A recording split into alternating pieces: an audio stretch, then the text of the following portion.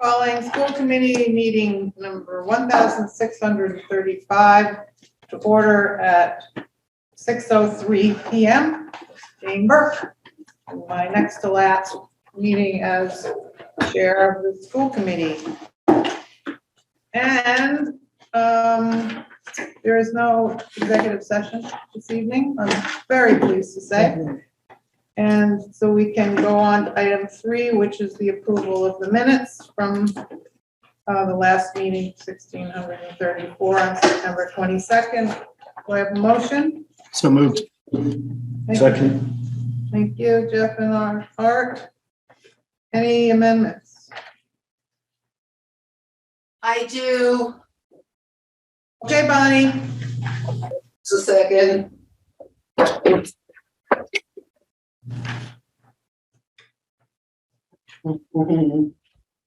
Let me get back to them.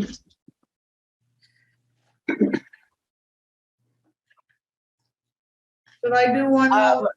Under attendees, school committee members, it has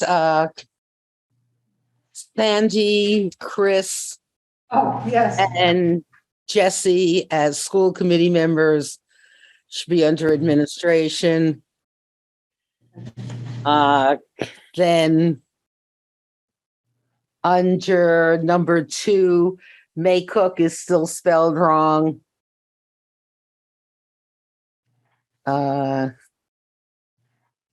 Under number 6, someone should identify George McGurn in terms of his position.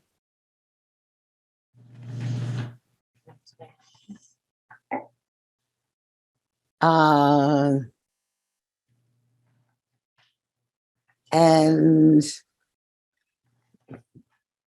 is Heather Bellows, isn't an S at the end of her last name? Or is it Bellow? No, it's Bellows. So it should be S' in that number 6. Oh, apostrophe. And then there's an extra comma before the word model.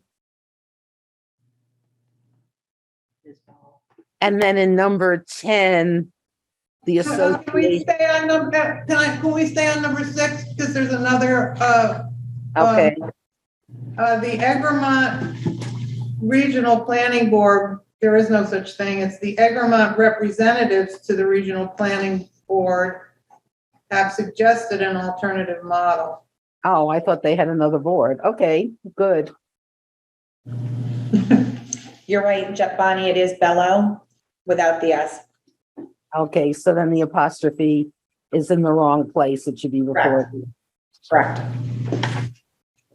And then in number 10, the next to the last paragraph where Beth's asking for approval for the Superintendents Association, it's superintendents plural with the S, with the apostrophe after the S. Yeah. And that was it.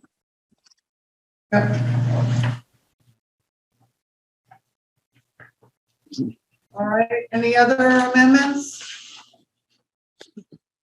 If there are none, I will take a vote to approve the minutes. So Bonnie, Yes. Nell, Yes. Sarah, Yes. Jeff,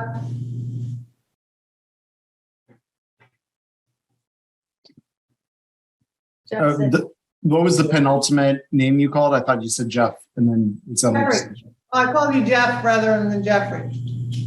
Okay. So yes for Jeff. I hope I didn't say yes earlier for somebody else. Okay, Nancy, Yes. Dennis, I was not present. okay, Arthur, Yes. and Jane. Yeah, Yes. Laura will be. And Laura. Yeah, I'll say yes. Okay, sorry, I missed you. Okay. Point of order. I don't think Kara responded. I think I thought I was Kara. That The audio. sounded bad. So Kara needs to be asked because I think I responded over hers. I'm gonna abstain just because I'm driving home and I missed everything. So once I get home, I can rejoin the meeting in a better way. Duly noted, Kara. Thank you. All right. Going on to enrollment.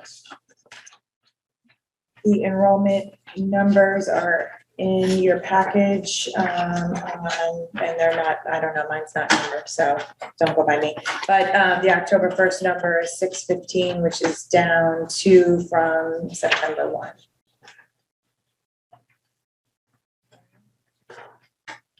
And miscellaneous correspondence. There is none. So we go on to student representative, which we may not have yet, or we do. I do not see. Right?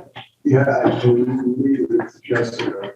Right, that I don't I see. don't see her on there. Okay, So if, when she arrives, somebody can call my attention. I will pay attention. And then we will hear from Jessica. Student spotlight, There is none today. okay. Public comment, is there anyone who would like to make a comment? I don't see public up there. Sandra is our note taker. All right.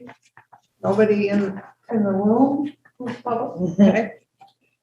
All right, so now we go to the business manager's report.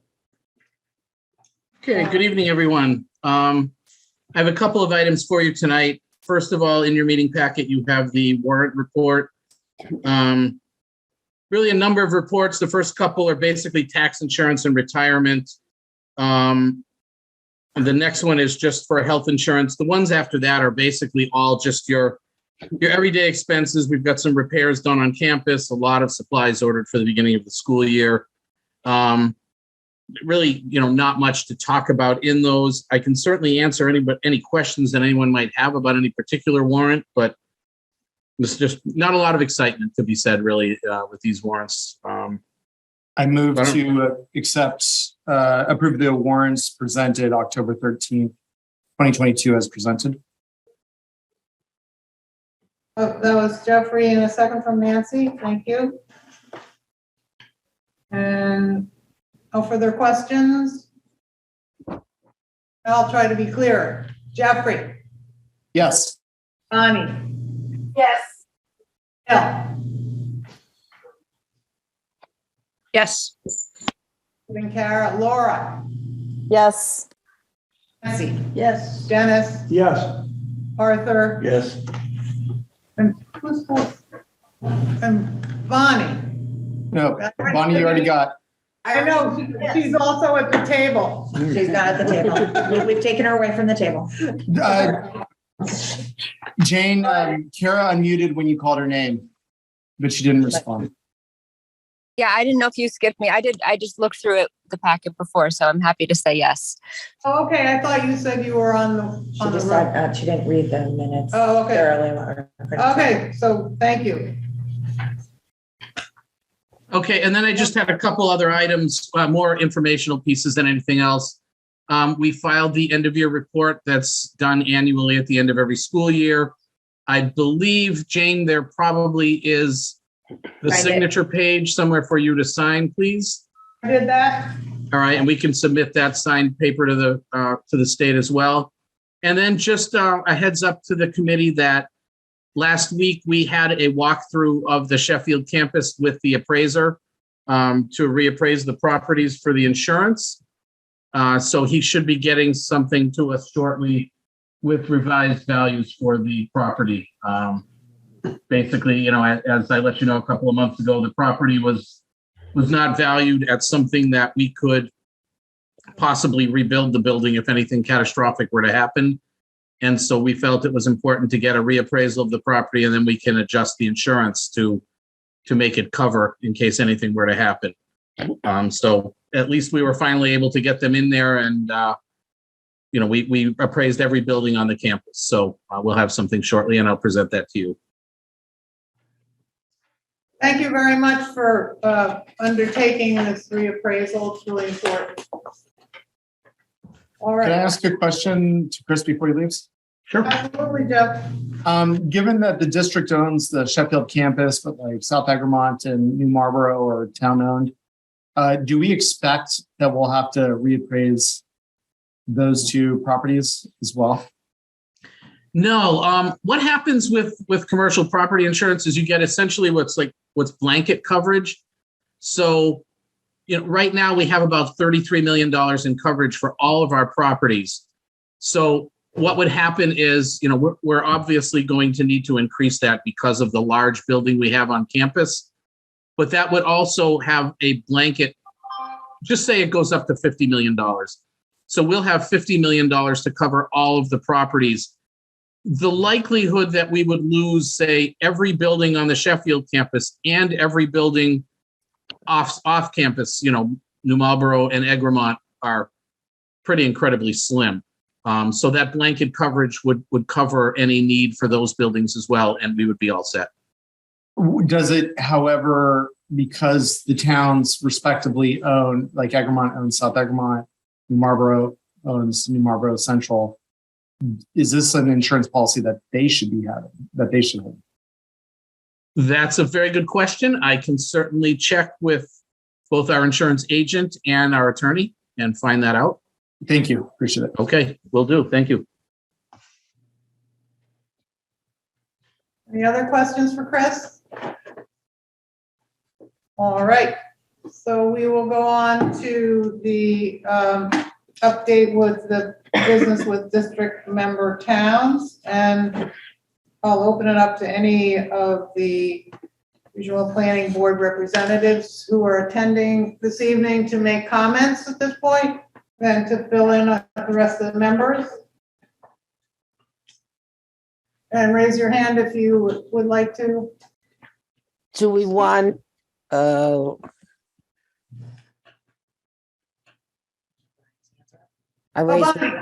sorry, yeah. Go ahead, Bonnie. So do we want to bring an update to what happened at our last meeting with the vote regarding the letter we sent? Sure, absolutely. So I'll rely Laura and Jane and Danelle on your input. Our letter was put on a revised agenda for the Regional Planning Board. Just say that they were not overly ecstatic at the receipt of the letter. It was a slight understatement. But what happened as a result of it is Laura at one point made a motion that there should be a regional planning board meeting added to the agenda, specifically a facilitated meeting that would allow for the airing of the issues that we have. And there was a great deal of discussion around this. And I'll skip everything if there are questions, but basically it was voted unanimously to hold this facilitated meeting. The one person who initially voted no, Don Coburn, was concerned that a rehashing. And I said, no, that those of us who felt strongly about this issue could come with real specifics related to places where we felt we have been dissed or subsumed under other objectives. And we think that we have things that possibly can be resolved. So with that, Don Coburn changed his vote both in the interest of unanimity and with the understanding that we would be coming with specifics, to a yes. So they unanimously approved a facilitated meeting.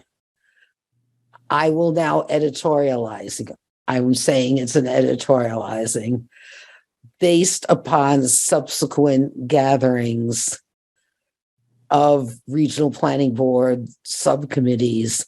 I do not have a real sense that there is a true understanding what we are talking about at the core of feeling that there are disagreements. There was comment made, well, we just don't want this to happen. And we're trying to stop it. And it was very clear, both in the letter that we sent and in what Laura said in bringing forth her motion, and what we all said in discussion, that no, we were not saying no. We were asking for a slowdown in order to get answers to things that we believe are truly unresolved and wouldn't lead to, a positive impact. So I still believe that there is a strong sense, this is me, I still believe that there's a strong sense that all we want to do is put an end to this. But the positive side is there was an agreement to a facilitated meeting regarding the issues we raised. So Jeff? I see there are a lot of hands, so I'll let others go to it. So I resigned from the Regional School District Planning Board months ago, almost a year ago.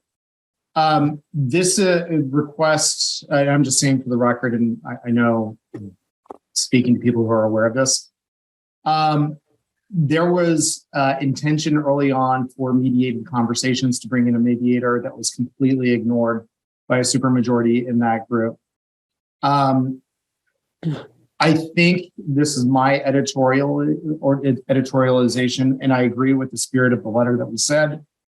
Everybody who came from Southern Berkshire Regional School District went into this agreement, or this Regional School District Planning Board at the time, in genuine curiosity. Let's explore the issues of what are the benefits of consolidation, shared services, or maintaining the status quo. It was clear to me in side conversations, as well as just demeanor on the committee, this planning board, that there was going to be a vote to recommend consolidation regardless. I think the actions of the Regional School District Planning Board, as long as I was on it and moving forward, really kind of try to squash dissenting voices, or not dissenting, but critical voices in questioning. And the thing that's infuriating as a taxpayer and a citizen of this community is that the recommendation that will come out of the Regional School District Planning Board is a wasted opportunity.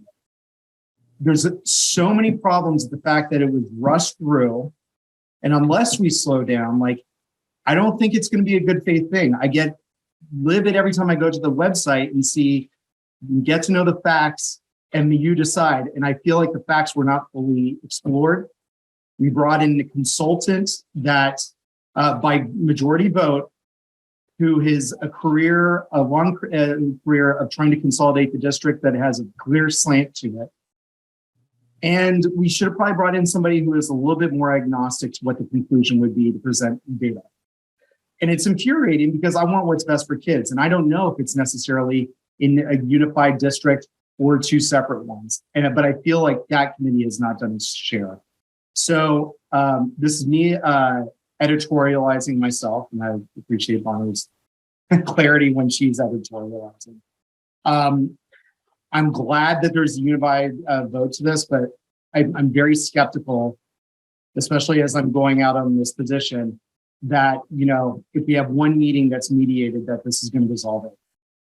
One other point that I think is really problematic is that early on we emphasized having regular annual votes on leadership changes, and that was squashed by a large majority that could not be overcome by the minority. So we were stuck with the same chair, the same vice chair, and all the subcommittee chairs. I'm disappointed, and I'm disappointed in our leadership in our Southern Berkshire community. And I guess I'm going out on my political tails, like with 2 meetings left, but it's a shame. And if anybody watches this, they got my opinion. Thank you. Danelle. So I just wanted to add to, my concern now is, and it's nice that on the surface that everybody voted unanimously to have this mediated discussion. But it can't just be a one and done and us talking about how we feel dissed and why. I think we need to come really prepared with all of our questions and clearly state our concerns about the process. It's clear that, well, it's not clear. To me, it's clear that I don't think they're taking this vote seriously. If you look at the agendas that they sent out right after the meeting on all of the subcommittees and the full board committees, it's full speed ahead. So there's no pause. There's nothing in the agenda that's saying, okay, let's address this pause. There's nothing. There's no slowdown. There's nothing. It's full speed ahead. And this is after we had this big discussion with trying to slow down through mediated discussion and see what, if there's any other creative ways we can try to come together as a board. So that's my concern. There was no acknowledgement of this. It was just, okay, sure. Yeah, we'll vote. And then let's move on. That's my concern. A couple of days after seeing all these agendas come out that are just fully jam-packed, stocked with moving ahead. I can bring you up to date. Oh, Laura, do you want to speak? And then I see Dennis has his hand up, and I can bring you up to date on some latest issues. So go ahead, Laura, and then Dennis. Yeah, I mean, I'll just say I never really expected the timeline to change. That was like a notion I think it was worth mentioning in the meetings, but I never had any expectation of that shifting. And just thinking really realistically about it, I'm just hoping that this at least results in like a better working relationship between planning board members. And so I'll just mention that. I mean, I did ask Lucy to find a way to make it so that outgoing school committee members that might not be school committee members when this is happening, or technically planning board members, be able to be part of this. So just to structure in a way that can be, because that seems really important. And then just aside from the meeting, I'll just mention that through my work with Railroad Street Youth Project, I've actually been able to host a youth forum on the merger. Unfortunately, it was really poorly attended by Mount Everett students, which we're looking at. We got 2, which is great, out of 13 participants, even though we registered quite a few. Like most of our outreach effort was towards Mount Everett. But the good news is that we were able to, young people were very excited about doing these forums and talking about it, because we sort of framed it as, what is a well-resourced student, because that sort of fits in with the mission of the organization I'm working with, but also, just how to look at like what a well-resourced student could look like in the future as a prompt for the merger. So people got really excited about that. And we actually have 2 more on the books, one of which we are hoping to host at Mount Everett to make it just super accessible to Mount Everett students. And then potentially a third in a to be determined location where we would provide like equitable transportation and everything, and really make it like a balanced venue and grouping. So I just wanted to mention that that's happening. it's like related to this work, but also related to my other work. So, and something I'm feeling pretty good about because I don't think young people have been included in this process enough. Dennis? If I can just pick Jeff's brain again a little bit, is someone going to replace you as school committee member up there? I am not running again. I know, do not. I thought you were not running, but I'm not. But there is somebody on the ballot from Alford who's familiar to me. I'm sorry, what? There is There is a candidate on the ballot in November from Alford who's running unopposed, who's familiar to all. The reason I'm asking that question is that one of the concerns I've had for a long time involved in this group is that basically at any point in time, for some period of time, I can't remember how long, you have not been a member of the board, of the planning board, correct? Correct. Okay. And basically, the law under which this whole process takes place requires that each of the towns has a school committee member as one of their representatives. There's supposed to be three from each town, one of which is supposed to be a school committee member. So, it sounds like you may have a replacement in place up there, but do you think that person will also want to function in that capacity? Or, That's a good point, Dennis. I can't speak for the other candidate. In the interest of not dwelling too long on this, Bonnie, if you'll give me a moment, I just want to bring up Absolutely. up to date what happened at the project management subcommittee meeting last night where this facilitator was discussed. And in keeping with how things have gone before, i.e. we've had short timelines since the beginning because of our money. And since Bonnie and I were in charge of the RFPs for facilitator and for project manager, we had other candidates that we preferred to the ones that we got, but since they're good, they had 6-month timelines before they could start. So that's how we got who we got in the first place for facilitator and project manager. Now we're in the same boat, and a person has come forward who is offering free services, has no social work degree, has worked his entire career in private schools, as all the way up to head of Darrow School. And when I brought up that a facilitator is a skilled person and not necessarily a nice person who knows about education, but nobody else on the board seemed to care that I thought this was crucial, that we had somebody who was sensitive and skilled. And so he has been brought on and to everybody's pleasure. And apparently his job is going to be to call each of us dissenting members ahead of time so he can understand the situation.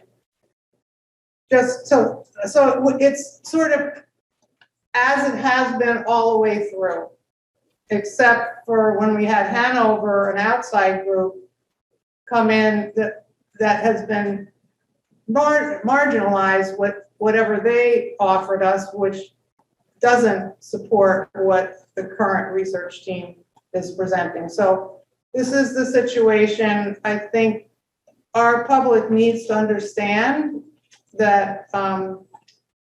I also brought up that there are only 2 educators on this 24-member board, and that didn't seem to matter because we have experts advising us.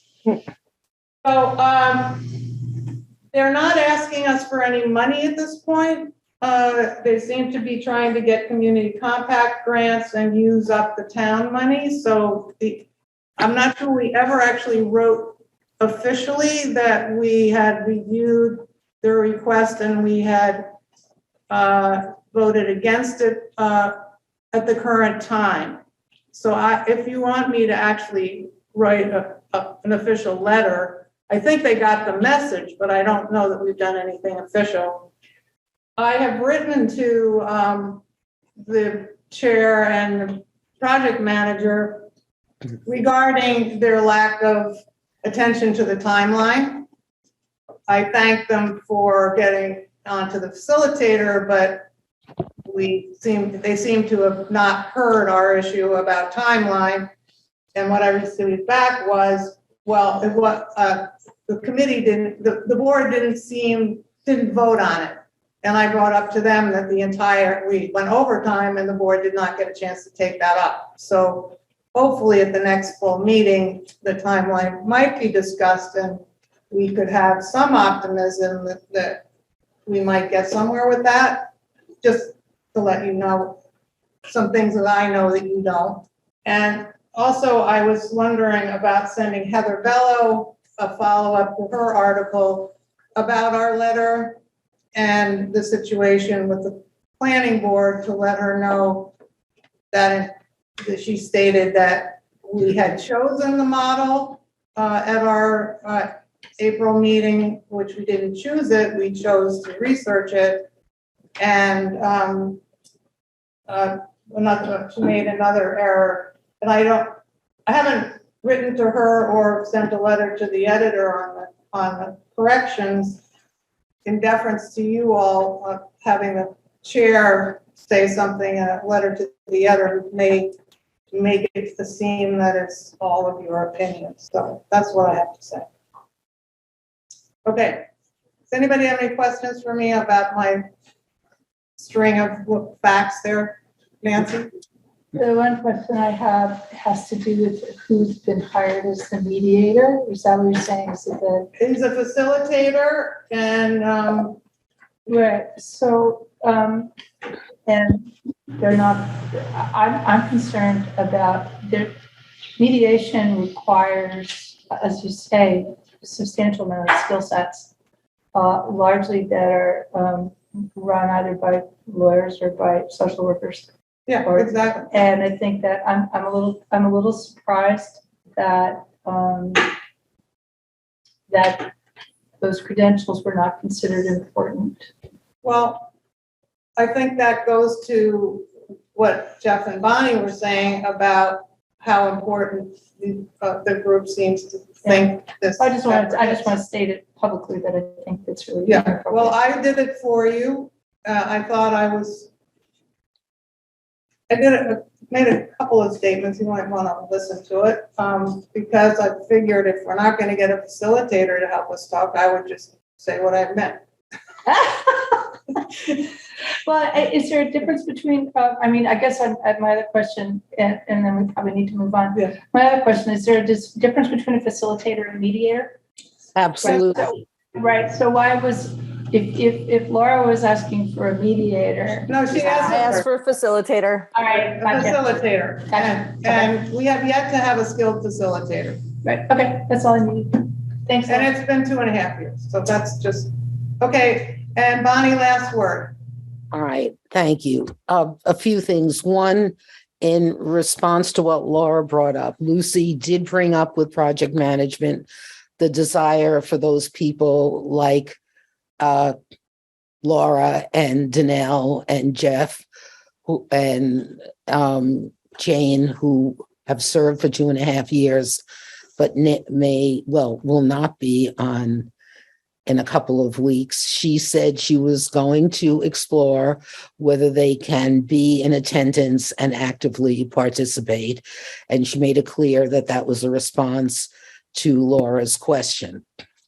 That's number one. Number two, I brought up at our last outreach meeting, one of the biggest issues for me, and I guess as one of those two peripherally unimportant educators on the regional planning board, that our teachers have really been ignored. There's been fear brought to them, that we have some fantastic people who were afraid of losing and have not been given a real role in all this. And I asked separately in speaking with Lucy if there is a way, without it being, and I was blunt, without it being you, Lucy, and Jake standing over them, can we bring a team of educators together from both districts to talk about concerns and where things are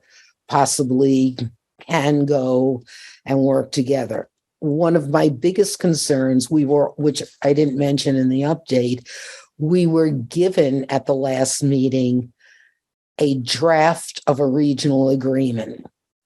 Now, those of you who've been around for years, way more than I have, know what it was like to try to put together the assessment sections in the regional agreement. In Great Barrington, it took forever. I was doing a search for something else and found an issue that came out of Egremont in the 1950s that was carried all the way through to the state Supreme Court and beyond on issues of apportionment. How they gave us a regional agreement with a huge number of holes in it, which they're assuming they're going to shove through so that it could be on the warrants in May. I believe we have to make sure that, one, our staffs know what's going on. Two, all of our elected officials who, beyond some, the people who are serving on the regional planning board know what's going on.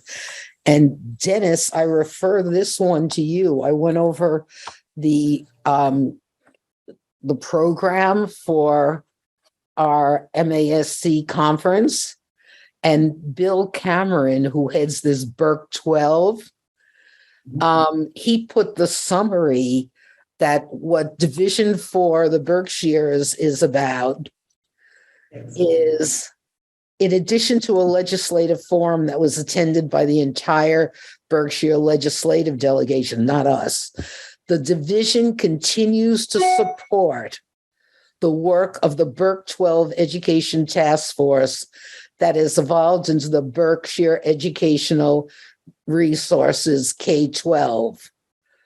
This initiative is successful in identifying both goals and strategies and ways for multi-district collaboration. And it's working. I mean, now our entire division that basically we had, I don't think any of us really, unless Dennis, you voted on with it, is now dedicated to where Bill Cameron still is, my understanding from what they publish, is partially employed, and it's all to Jake's organization. So we're in a situation where, as Danelle pointed out, everybody is moving full speed ahead as though, our letter was just a mild irritant. And I am not sure what we can and what we should be doing next, because it's becoming more and more, as I raised my hand the last time, or I said to Jay, it becomes futile. And I hate to see that we are letting down our communities, because I think we're letting them down. And especially as more and more I hear the uproar in terms of the new direction of high school education at Monument.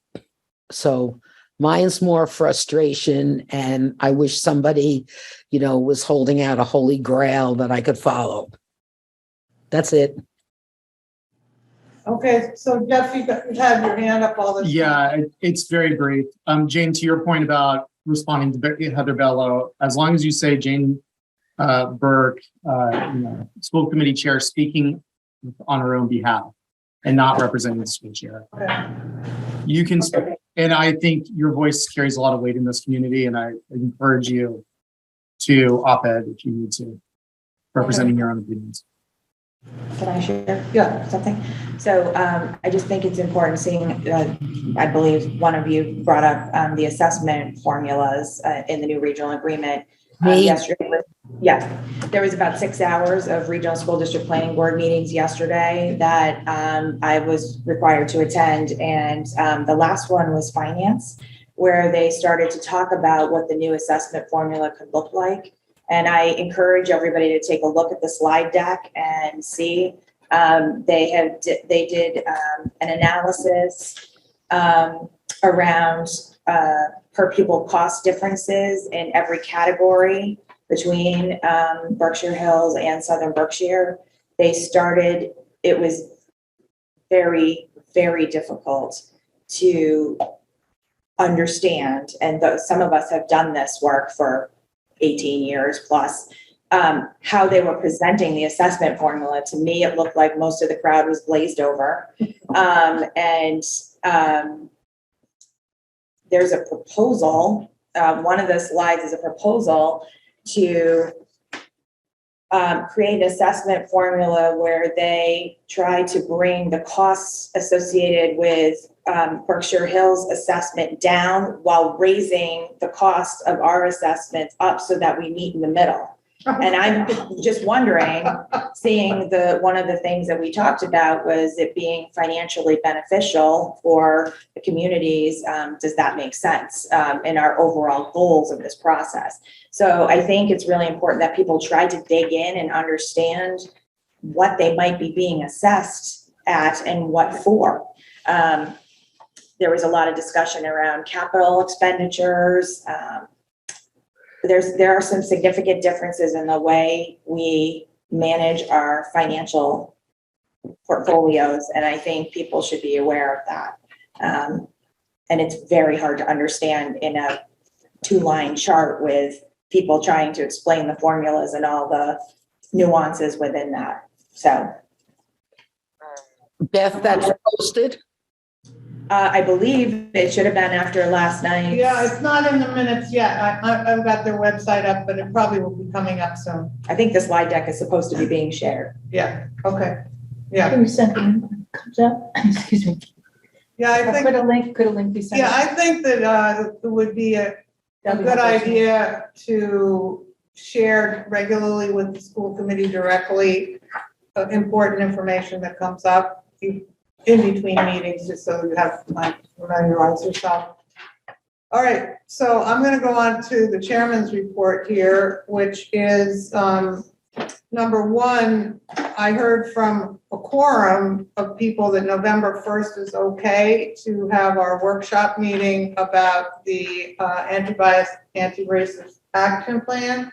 So, and part of this, I hope that everybody who didn't answer was just because they forgot and not because they couldn't come. But I feel like it's our last opportunity with this school committee before the election to actually gather some information and give some momentum to this. Is that going to be here?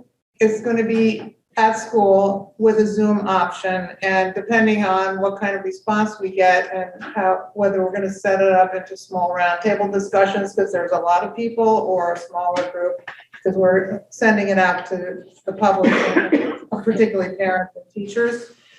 And I've already been in touch with Stephanie Graham, who's sort of the organizing force in the group who's working on Indigenous education.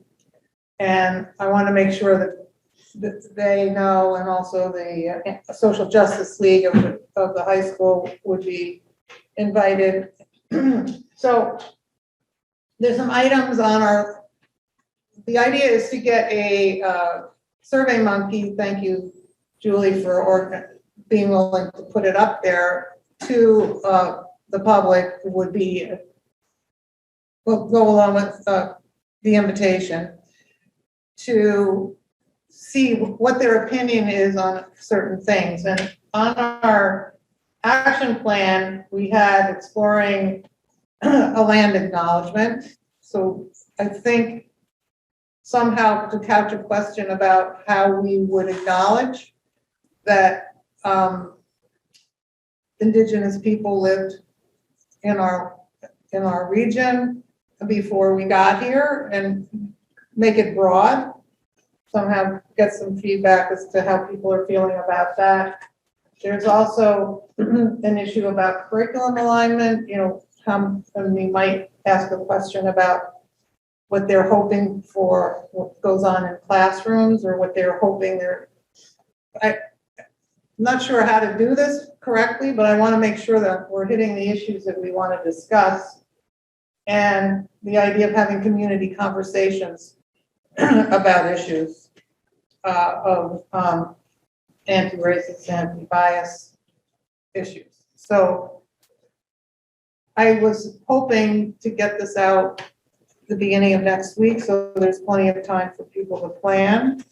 And I'm inviting the wordsmithers to send me some questions that Julie and I can work over and get out a survey that people can say, oh, I can deal with this, 1, 2, 3, bang, it's out. Because I know people don't respond all that often. And so at our next meeting, we will maybe finalize the shape of that workshop, and so that it's worth everybody's time to go. And the other, I did speak to somebody at MASC today about the turnover issue with when a person is not running for re-elect. There's a gap between when you get elected and then when you're a serving school committee member, because there's a swearing in that has to happen. And apparently, once those of us who are stepping down or somebody else is elected, we're no longer eligible to serve. And to avoid a gap, I'm going to be getting in touch with the town clerks of every town to try to make sure that they're available, possibly at extra hours on the Wednesday after the election, so people can immediately get certified, because I don't know what the hours of the town clerks are, but make sure that we get the candidates that information so that there's not a lag, because we want to be able to have a quorum and some school committee as soon as possible. And then I'm also going to explore the issue of what happens if nobody from a town's delegation wants to serve on this planning board. Because I think that's possible. And so some answers. I don't think you can be obligated to serve on the planning board. So we'll. What if each town needs to have someone, each town needs a school committee member? Well, but it could be from a different town. Oh, school committee member, gotcha. Right, so. District. I think this should be massaged a little bit and not be a big surprise when we get to that point. And that's my report, except that get ready to have a good time at the next meeting. Okay.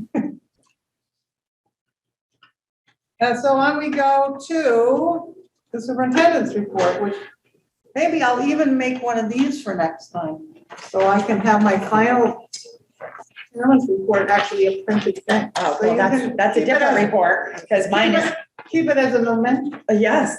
Well, mine isn't printed today because there's 47 other documents in here, but I see something. Okay. yeah, those are my draft goals. I just wanted to mention a few things tonight. One is that we have hired a new director of food service, and it happens to be an alumni, Mr. Jonathan Doerr, who will be starting with us in the district on October 20th. So we're very happy about that. We talked about the significant number of meetings that is also part of the schedule for the superintendents associated with the Regional School District Planning Board. But one of them yesterday was where we were asked to recruit for the grade 9 through 12 Ed Visioning Steering Committee. So they have identified consultants, Michelle Phillips and Matt Pilarski, who will be digging into a series of visioning and design activities to flesh this work out. The steering committee composition, proposed composition, is from each district, an administrator, 3 faculty members, 2 staff members, a student, and a community member. The timeline was originally October to January. We both, Dr. Dillon and I, suggested trying very hard to spread that out. We don't think it's a particularly productive time around the holidays to be having steering committee meetings. They are around 90 minutes. So about 1 a month. Also with some convenings, which would be Saturday mornings from, all morning 9 to 12, possibly in December and January, that people would be,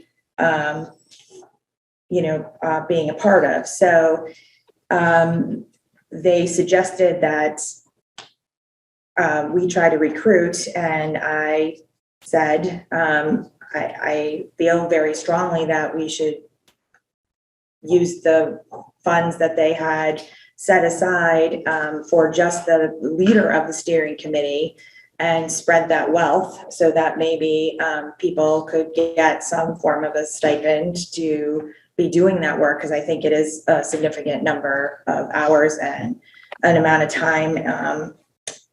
So they did take that into consideration and plan to do that. So I feel a little bit better about that. But so this is partially my plea, and I will be sending this out to district-wide as well as to our faculty and staff, explaining this with the chart and what it's supposed to look like, and see if we can get anybody who might be interested in serving on this particular steering committee. So can you send more information about the steering committee, or for those of us who would like to have it? Yeah, I'm going to send this whole blurb to everybody. So, but I think that really I just covered what is going to be discussed. So I just want to say 2 things about that. Each of those consultants is getting $23,000 for their work. Just want to let you know a little bit of how the budget was made. And secondly, in the letter that I wrote to Jake and Lucy, I said that our district is going to participate to the degree it is able. So I think I want to remind Beth that we have enabled you to use your discretion about how thinly spread. So this is actually for the regional planning. This is, okay, I didn't understand that. I'm sorry. This is visioning work. So I hope I said that clearly. This is for grades 9 through 12 at the Educational Visioning Steering Committee as part of the Regional School District Planning Board. So they have decided to table right now the opportunities at the elementary level and the middle level. So with that said, I want to make sure that everybody who would like to do this has the opportunity to do so. I just wanted to give a little bit of a snapshot of what the responsibilities would be. So I will send this out formally, and I think we should consider people who want their voices heard as part of that opportunity.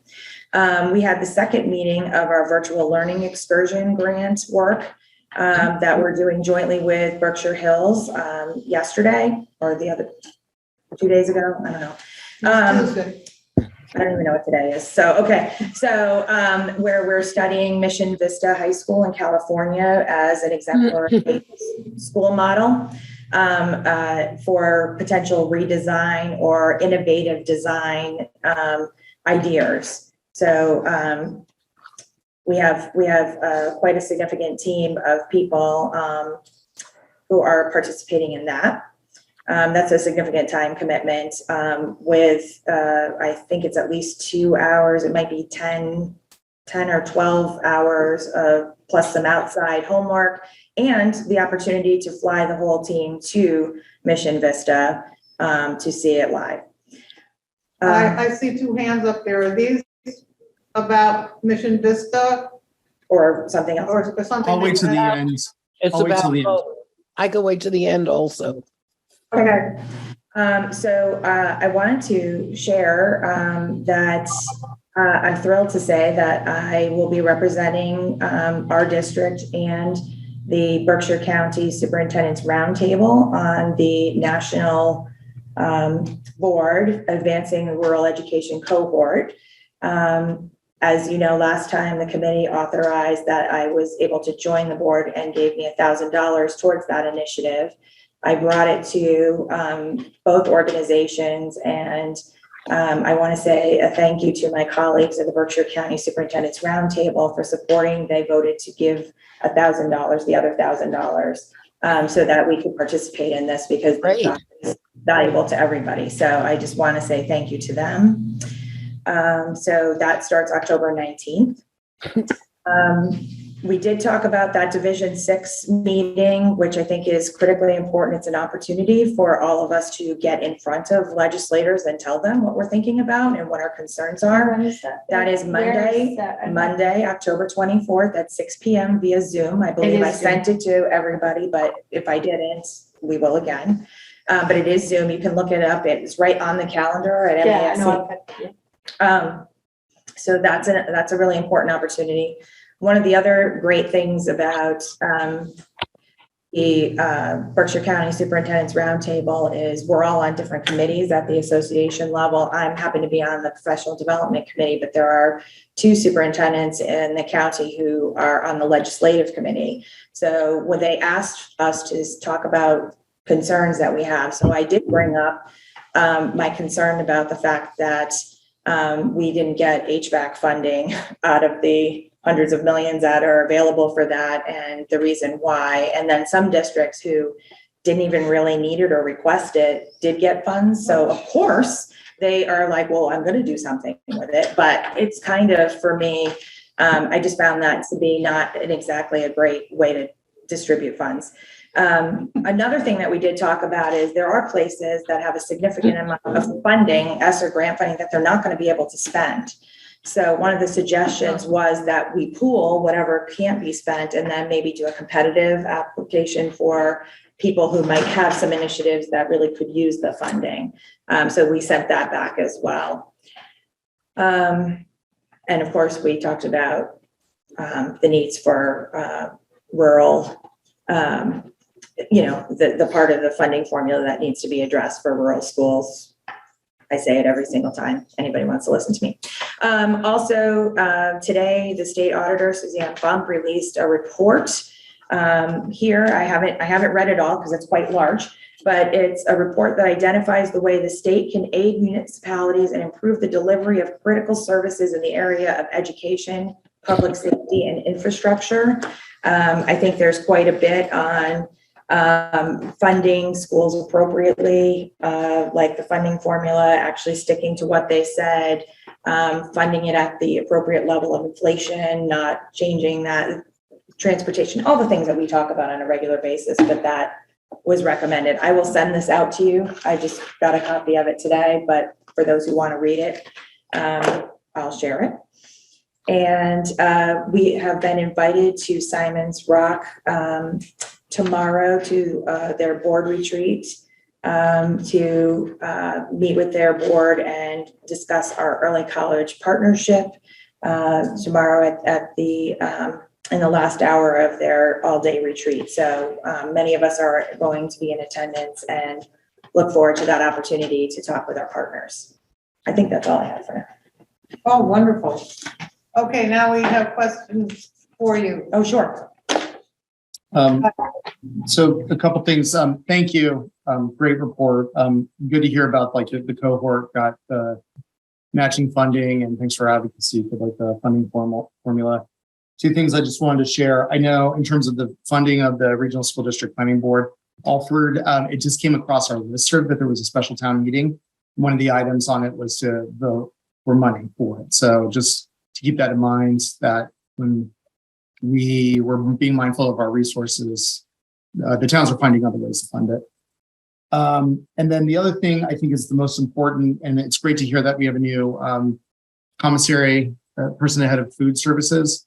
Amongst our youngest constituents, I know that there's a lot of people interested if popcorn chicken is going to be back on the menu anytime soon. I know I have two in the house who will be very interested to know, and I know other kids I also really like understand. that popcorn chicken. Okay, all right. I'll duly noted, duly noted. Okay, thank you. Okay, Bonnie? Just could you go back 1 second, because I lost when Jane answered the two committees that are now involving our staff in terms of visioning. They're not both associated with the regional planning board, right? They're all associated, yeah, yes. So I guess nobody addressed the fact that our staff is pretty overwhelmed by all of this. I do have to say, both Dr. Dillon and I made it very clear that we are incredibly stretched, that we are not sure that we can actively recruit, that we think the timetable is too aggressive. We both said it. And with that said, we were given the blurb about, and we're just going to do our best. And that's all we can say. I mean, there's not much else we can do. And we tried to be creative with thinking about ways to incentivize people, but everybody was concerned, even the two consultants, about the timing of December and January realistically. And also when they turn to us and say Southern Berkshire faculty is not getting involved. I mean, they're doing so much in so many areas, and now you're going to add, well, okay, you answered my question. Right. Okay. I'm going on to Julie Dolan, Director of Curriculum Instruction and Professional Development. I have no report to see. I just need to say one thing in response to the Director of Curriculum Instruction and Professional Development. I had such a good time interviewing Julie, and I admit, thank you for the rewrite, but the cobbling and learning all about looking up and doing research into all the different programs, I'm really, really excited about the curriculum and about the SEL stuff. It's really freaking cool. So thank you. I enjoyed it as well. All right. Director of Student Services Report, Sandy. Hi, good evening. I didn't write one tonight, but I want to share a few things. Our pre-kindergarten aftercare program started on Tuesday, and we're hoping that it grows, but we're so happy that it started. A lot of little people down with Betsy Perry and Sue Shannon, who are the two staff members who are running it. So please get that word out. If anybody needs aftercare for pre-K for their 3 and 4-year-olds, we have it up and running. Long time coming. I wanted to share also that after we completed the special education program plan statement that you signed a few weeks ago, we did receive our 240 grant, which is to support IDEA and special education programs, which is about $272,000. And then our 262 grant, which is just over $7,000 for pre-kindergarten programs. And the mental health screenings that we started last year are going to continue next week with grades 5 and 6. And our school psychologists and school adjustment counselors will be conducting those, and then we'll be analyzing that data and continue to suggest and recommend programs to support our students. And that's all. That is so wonderful that you have that after school for the young ones. Parents want that so much. Thank you. Welcome. And I do appreciate that it can start small and grow. That's right. That's how we looked at it. Yeah. I'm looking at grants right now, how to support it. So. Yeah. May I add something there, please? Yeah, Bonnie? I don't know whether any of that Sandy, that you do goes into the fields of the arts, but it's a very tiny, tiny grant application, though it's due on Monday. And I've been sharing it with the principals, the Sheffield Cultural Council. And we more money this year. All the towns in the, you can apply to all the towns in townships. But this is a short term, yeah, Monday is the deadline. Is the deadline for everybody, but this year Sheffield has a little bit more money. So, go online, do the application.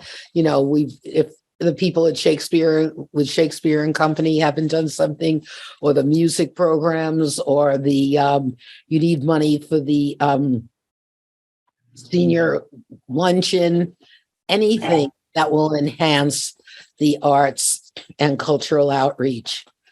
And they give to our school over and over again with it. Sciences. Steve, can I just look online on the Sheffield Cultural Council? No, just go to the You know what? I'm going to send you the place right now. I'll send Thank you. I appreciate it. Thank you. Yeah, well, like Yeah. I said, if you go to the Mass Cultural Council, it's pretty straightforward. Yeah. We're Right. Yeah, And okay. like I said, get it to all the, Thank you. All right, so now we're going to our And newest on the- item, which is Mount Everett's Early College with Bard and Simon Brock. Well, I just want to say it's not a new it's a standing agenda item, but we have in the house tonight. No, it's the newest standing. It is, yes. But we do have our new early college internship coordinator, so I'm going to give up my seat so she can give her report. Hello. Thank you for having me. This is Lindy Marcel. Yeah, we'd like you to meet Lindy Marcel. Not matching the name tag. Details. So I started on the first day of school as the early college internship coordinator.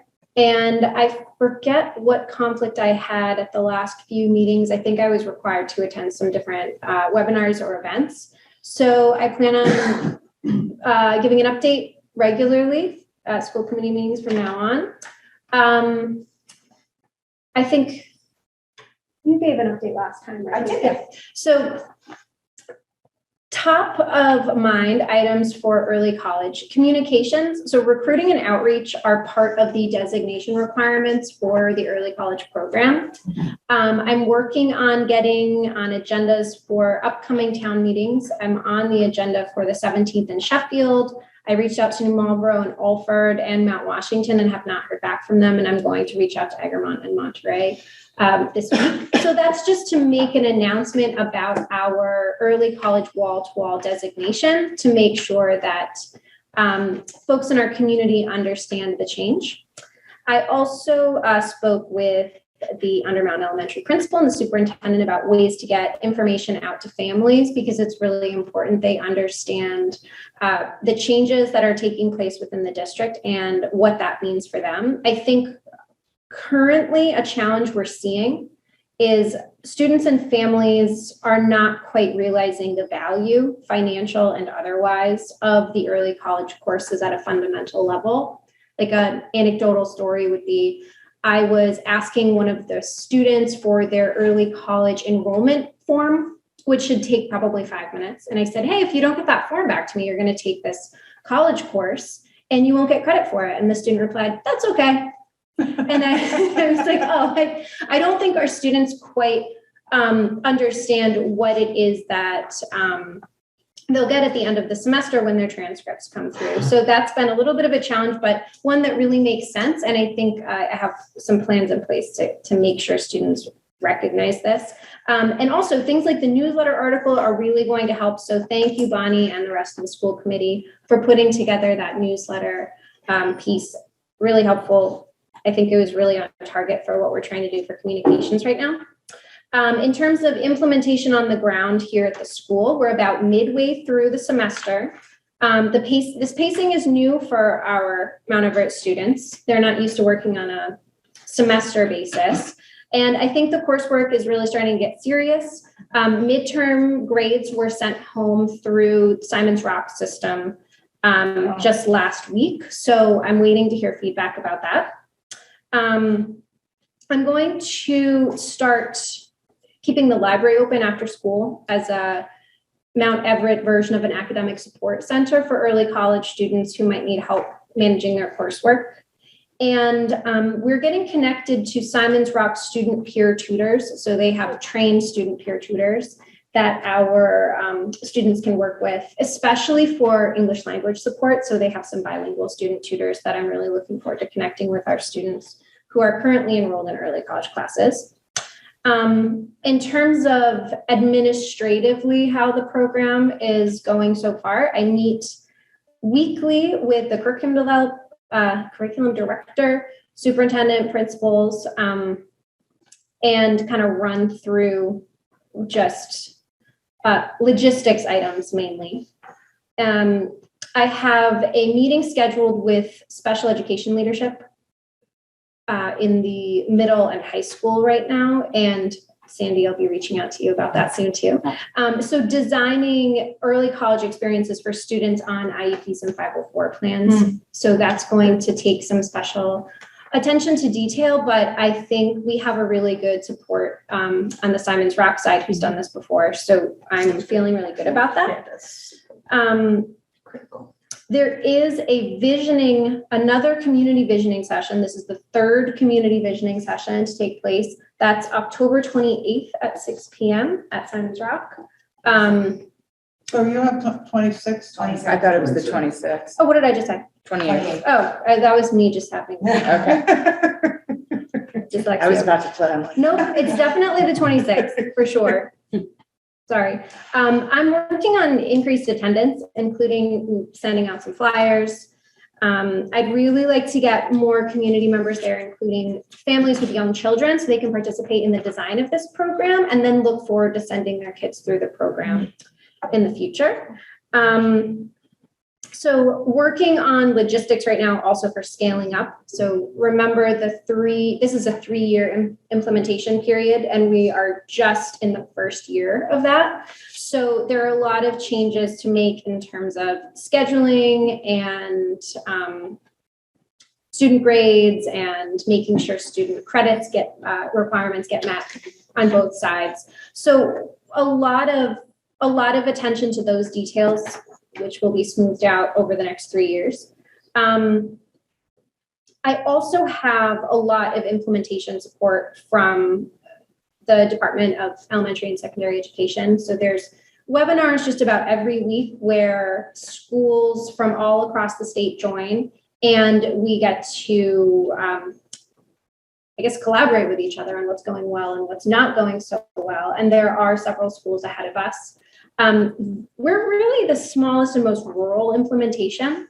So there are some challenges that are unique to us, but they're not distinct to this program. It's stuff I've heard come up already at the meeting tonight. So it's nothing really new. And I've reached out to a few other schools directly for just collaboration in what it means to implement a wall-to-wall early college program. So in terms of financials of the program, you are all familiar with lots of grant funding that came along with it. I met with the business managers today, which was great to meet them. And I would like to have numbers for you starting next meeting or maybe next month that show what's going on with the current funding and where it's being allocated and what I think it's doing. We successfully submitted parts 1 and 2 of an early college implementation support grant last week or the week before. And that was for $75,000. And part 3 of that same grant, which is Fund Code 460, is for $25,000. And that will be submitted next week. I think it's due by the end of the month. So there's a lot of financial support and state level support for this program, which is feeling really good. For me in this new position, I've not worked at a school before, so it's really nice to feel the support. Any questions? Yes. This is purely practical, going back to the students who are like, yes, so it doesn't matter. Is there actually a time frame for which they have to get a solid time frame that they have to come in, and there's That's a good question. So those deadlines. I'm just thinking for the first right. two. So those deadlines semesters have been very intentionally relaxed. We are almost keeping up the like ruse of rigidity, because we want students to have a simulated college experience. But for practical purposes, yes, if they get their forms in at some point, they will be accepted. And we've also, in the same theme, the drop deadline for courses has been moved almost to the very end of the semester. So if students are really unsuccessful in the course, they can actually just excuse themselves from the college level and still just take the high school level credit. So the other question I have, again, going along those lines, is that something like, I know for our freshmen, what we did was we were forced as professors, we were forced to sit with our students in class and fill out the free forms. Do you know what I mean? I mean, are there ways to just simply get it embedded into the system, at least for this first year? So that definitely. I mean, one of those was hand delivered to the parent at parent-teacher conferences last night. So we're not accepting no for an answer, really. I'm just trying to think of ways that it just... There have been lots of ways, but that was more just to illustrate the idea of the value is not yet like recognized by the students. This is brand new for them. They're thinking it's just something a little bit different and not recognizing what it means for setting themselves up for the future. I just have to do paperwork. Just terrible at it. So, are there other questions? I see Bonnie. Oh, Bonnie, you're on mute.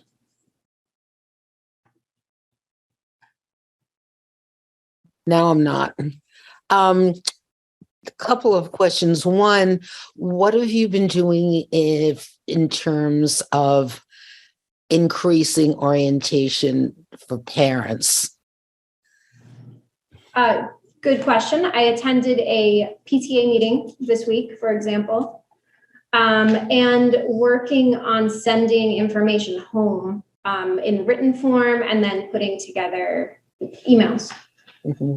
Maybe have you coordinated with Jesse and Charles in terms of any newsletters or anything that they send home where you could have a section in that material? Yes, I have. They were, Charles specifically was saying, give me a flyer I can send home with every student. And I drafted that up. I'm waiting for it to get a little bit prettier, but yes, we have some ideas for how to get this word out, but anything helps. So again, the newsletters, more press, the better.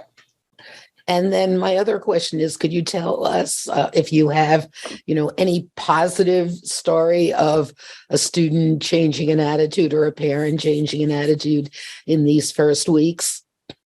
Yeah, I think the example I'll give from the outside may have looked like a failure. But so there was a student who got temporarily overwhelmed by not getting a quick enough response from their college professor. That professor was teaching other courses at Simon's Rock, so was not able to immediately reply to an email about an assignment that the student may have waited a bit too long to complete and realized they didn't have access to. So it was really frustrating and a different experience to have to email a professor and then not get an immediate reply from a teacher, as students at Mount Everett are accustomed to. So there was a fairly large disappointed emotional response, but I think having that response in a very supportive environment like high school meant that we could work through it with the student. And ultimately, we put some strategies in place so that they could access their coursework, get their assignments in on time, and work with their professor to make sure that she understood how to communicate. Great. And remind them that it's a lot better than the students we've had for years who had to communicate at 4 and 5 a.m. when they did the other type of courses online. Right, that's true. It's also, I think, just a nice reminder that it's different. So just because communication or coursework is happening differently, it's still something that they're really ready to do once they understand how and it's different. super common. I mean, that's a super common common freshman thing. It is. It's a Yeah, really it's common really freshman experience. And sometimes Exactly. And I think the best thing is Lindy, what you said, by experiencing it now in high school, where we have a support system in place, you're preventing somebody from dropping out when they don't have that huge support system in place. Exactly. Thanks. So I was at the PTA meeting with Lindy, and I was pretty shocked that these are supposedly the most engaged parents. And they didn't know a thing about the early college program. That's going to be across the board about a lot of things. Okay, so what I think that tells us as individuals is everybody you meet, give them the 5-minute elevator speech, because people are not reading all the wonderful things we're sending. And it's just the way it is these days, but they were over the moon excited, thrilled to smithereens, and they will tell some people. So I think it's got to be us getting the ripples flowing. I think I have had an overwhelmingly positive response when letting people know in person. And that's part of why I've signed up to be on, in-person meeting agendas so far. So that's been a huge success. And I think the community is the right size that we can actually reach just about everyone in person. So yeah, I would say overall it's going really well. Great. All right. That was really great. So now we're going on. Just add one thing. She also has made herself available for open houses and conferences. So when you're talking about reaching parents everywhere that's possible, we are being present. So I think that's important to recognize. Great. All right. So now we have some agenda items and under new business. First, there's a proposal to change the November 10th meeting date to the 17th, because it only gives 2 days for the new people to get certified. And perhaps it makes more sense to go to the 17th, which was the reorganizational meeting time last year. I think it was the 18th. So we'll have I'll make a motion that we move the 10th to the 17th for our meeting. And Dennis has the second. Is there any discussion on that? Yes, I will state that for Sheffield, Wednesday, the town hall is closed to outsiders. Oh, great. Okay. That's very important to know. So 3 of the 4 people, because Art is the only one who's in place, 3 of the 4 need to go to an open town hall. Right, and that's okay. I will see if I can get a window for you on the Wednesday. Otherwise, it'll have to be on Thursday. Okay. Very good. So we'll vote for that change, Art? Yes. One second. Oh, I'm not clear on what we're voting on. I'm sorry. Changing the November 10th meeting to the 17th. That's okay. Item 14A. And it doesn't concern you, Jeff, but you just have to say yes.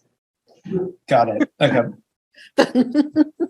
Okay. A quorum of 1. Yeah. The election is on the 4th, right? It's on the 8th. Oh, the 8th. Okay, got it. Okay, so Danil?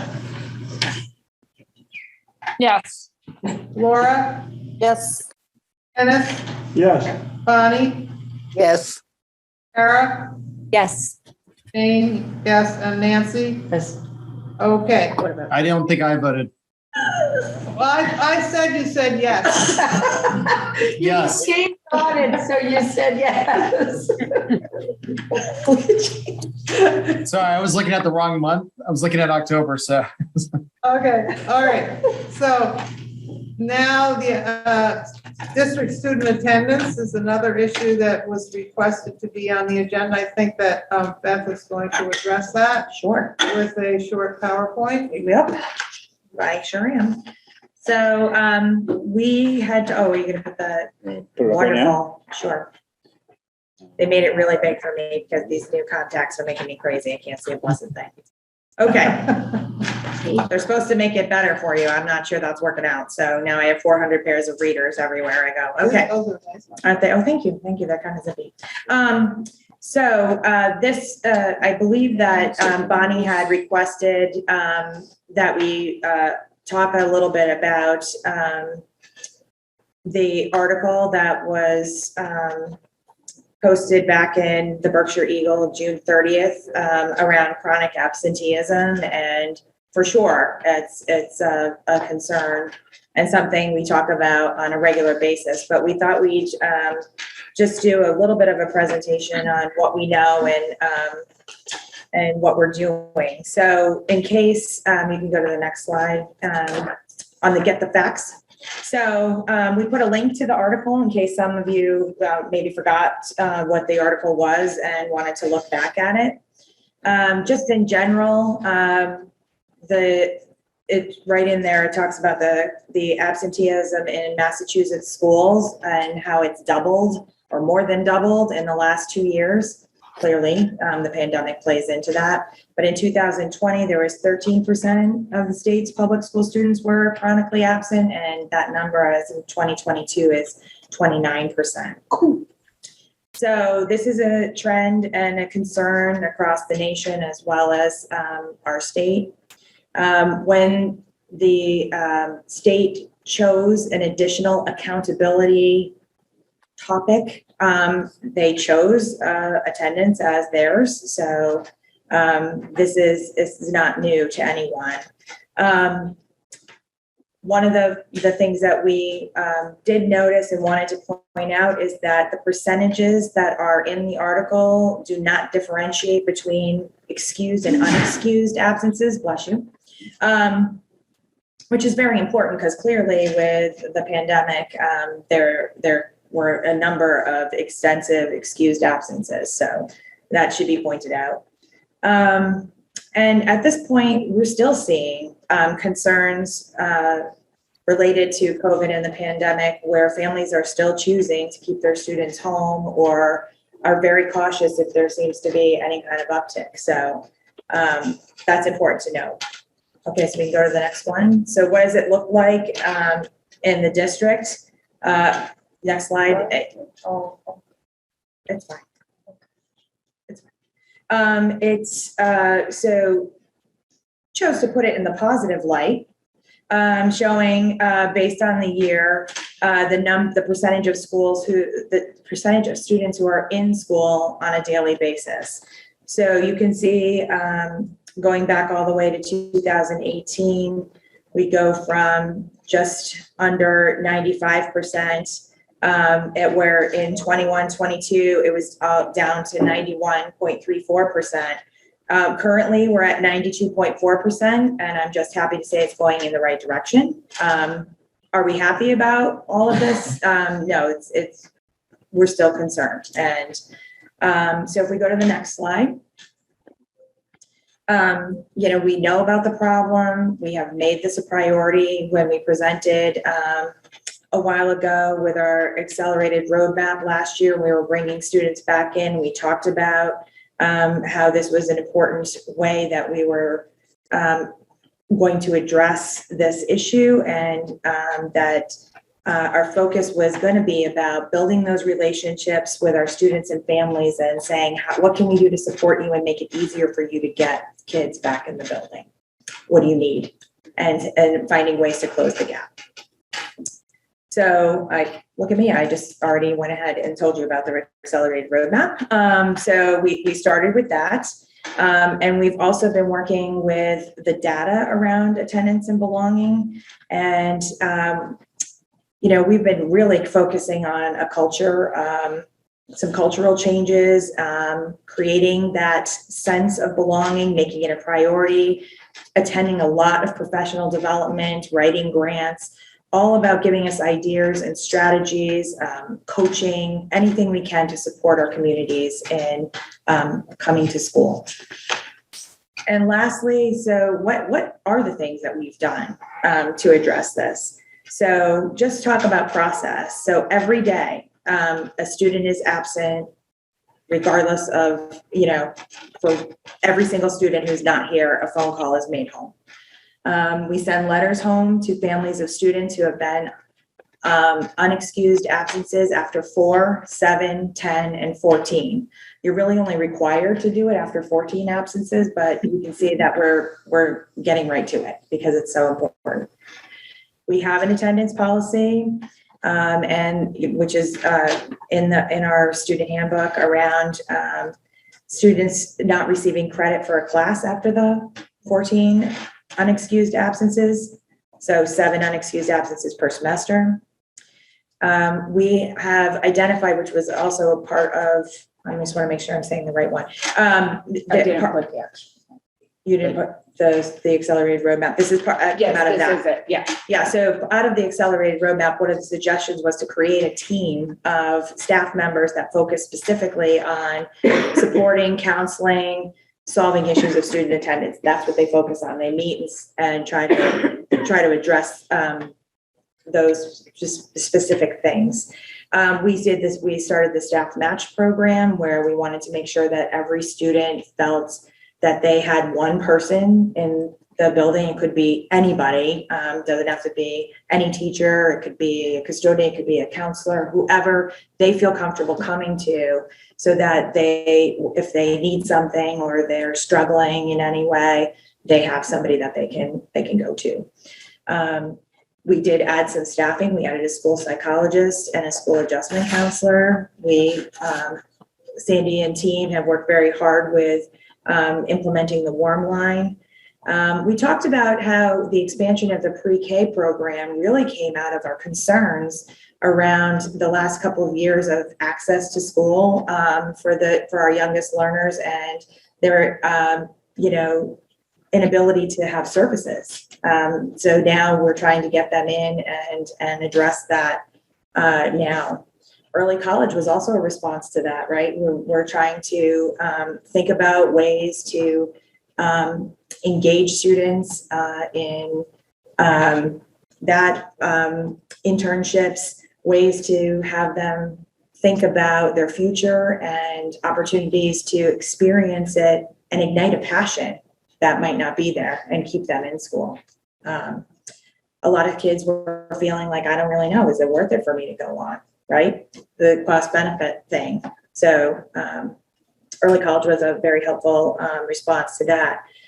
We have the advisory block that we put into the schedule, which has the Wayfinder is the system that they use to support students. We talk all about that in our newsletter, and we've talked about that before. And the same thing, we didn't put it in here, but responsive classroom at the younger grades, so that we start the day making sure everybody feels welcome and has a place to talk about anything that might be on their mind.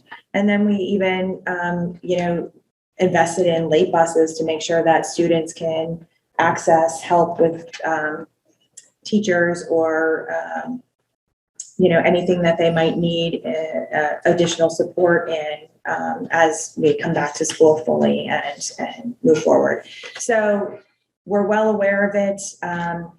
We're not the highest in the county. We're not we're a little bit above the state average, but it's everywhere. And we just want the committee to know, and our families to know, and our students to know how incredibly important it is that people come to school and that we're here for them in any capacity that we can be in. So I hope that helps. I know, Bonnie, go ahead. Okay, so thank you. Sorry. There's a discrepancy between the article and the numbers that you showed. So I wonder, well, it's a couple of things. One, how we count for the different absent rates, because they were showing both our district and Berkshire Hills in the 30% of average daily absenteeism. And how you compare that to the list that you're showing 92% present. So that's my first question. Go ahead. So what you saw on that slide, Bonnie, was the attendance rate, which is different. It's factored differently. So they're completely different numbers. Whereas when they come up with the chronically absent percentage, one does not lead to the other.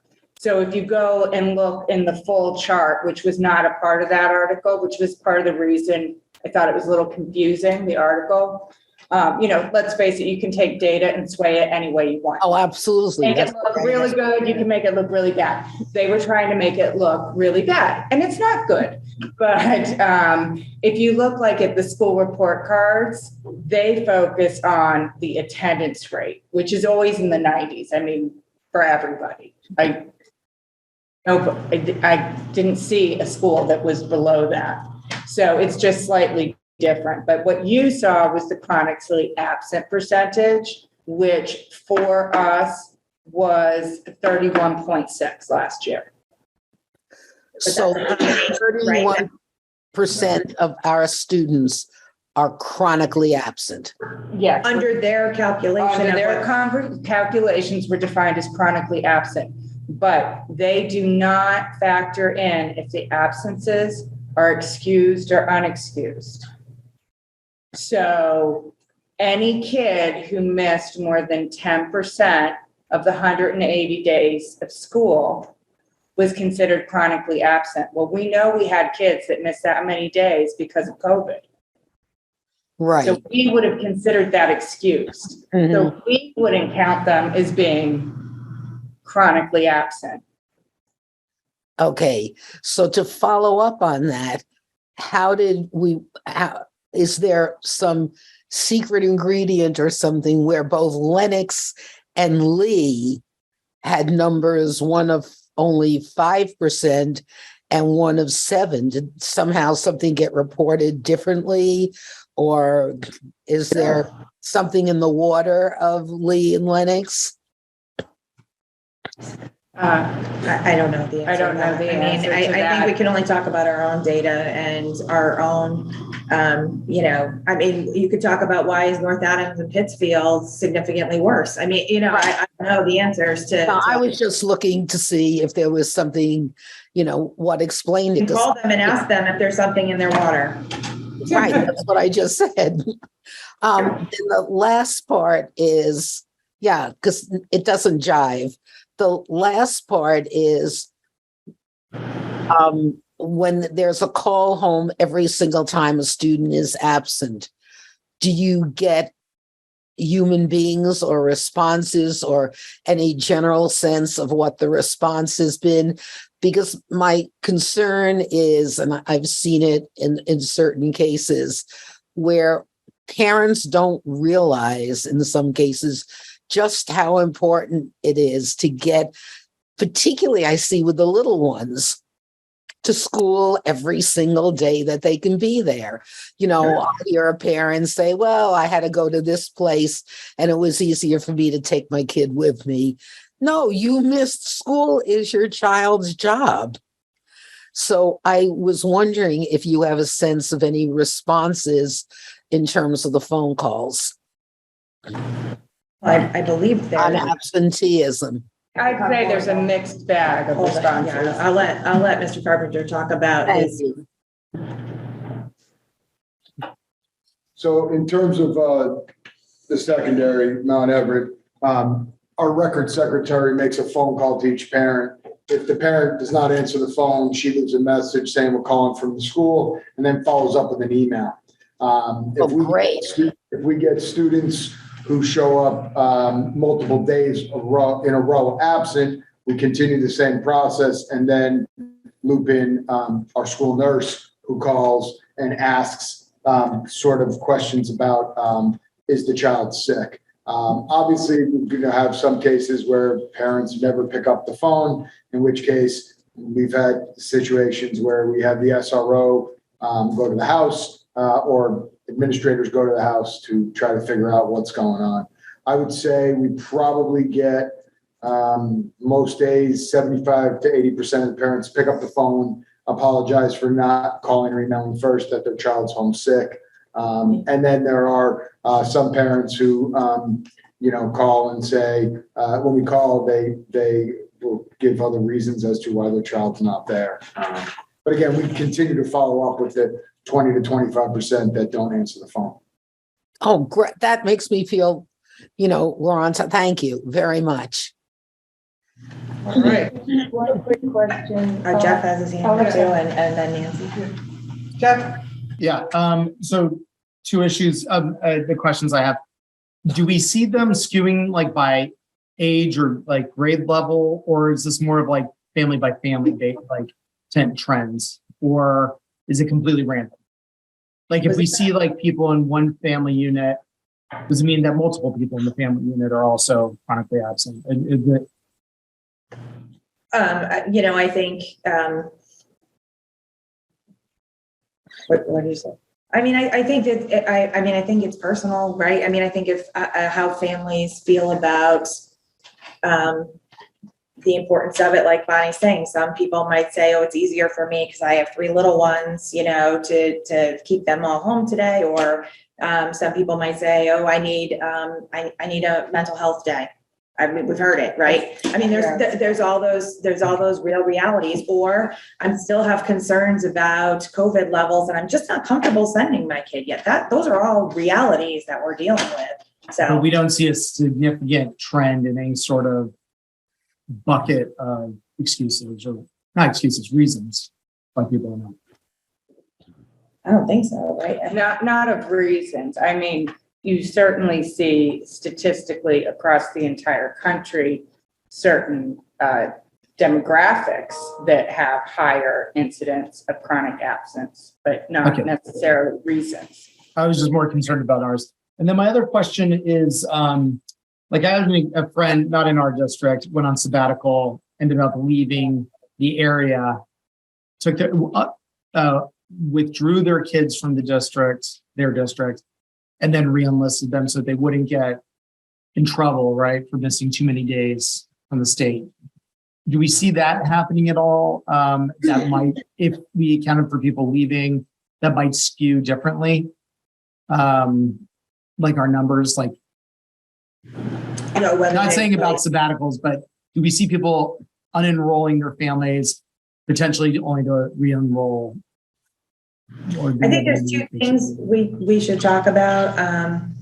I think, I don't know if it's that as much as I don't think it's affecting these numbers, but there is still, I think, a significantly higher amount of people who are homeschooling as opposed to, and I think they had expected to come back sooner and they're still not comfortable. So for us, we have seen that, but that won't affect these numbers because it would be people who are technically enrolled that they're talking about. I think the other thing we're not talking about is, the demographic about people's our financial, advantages or disadvantage, financially challenged families. Some families, everybody's working, including the students. I think you have to have an understanding of that, and it's a very difficult time. It's a very difficult economy, and if not, there's other people going to work, and maybe a student has to help out and stay home. I think that those are things that we don't say out loud, but that's a reality around. I think that was a clear factor that was defined in some of the information from the state and even across the country as a factor that people might not think about. In our district, have you had cases like that? Yes. And what's the follow-up in terms of like either Sandy's support staff or whomever for a family like that? We are following up with all of the counseling supports we offer, any kind of support we have, tutoring, whatever. But the point is they're actually stepping in to, help support family at that level. And Yeah, that was my question. It's really had to do with family needs, but also with exhaustion. I'm looking across the board, and I know that I don't have kids at home, obviously. I don't have financial things to worry about. I mean, I have, I'm retired suddenly and finding myself much more expensive than I realized. But that's all about me. But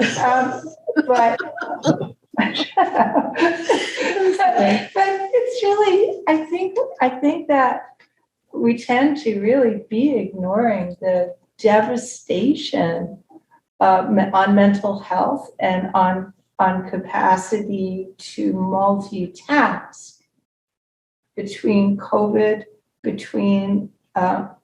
more COVID, and also the isolation for our students, the isolation that was not healthy isolation. And the I keep coming back to the exhaustion piece. People can only do so much. So that's my question, kind of following up from Bonnie. Is that part of what you're seeing? Yeah, for sure. I mean, absolutely. For sure. I think that particularly, parents are exhausted fighting with their children to get them to school, Well, and all the fights that went on during COVID. I mean, parents are, exhausted, working multiple jobs, and perhaps they don't happen to wake up on time to get their child to school. And then it's easier to just stay home instead of send them late because now you don't have transportation. It's all those factors. And you guys are all too young, but AARP actually commissioned a report that came out this past month on teenage impact from COVID and how vast. It was really interesting how vast the impact has been on that 13 to 21-year-old mentally and everything in terms of school. So if you have nothing else to do, it's very pertinent to our work.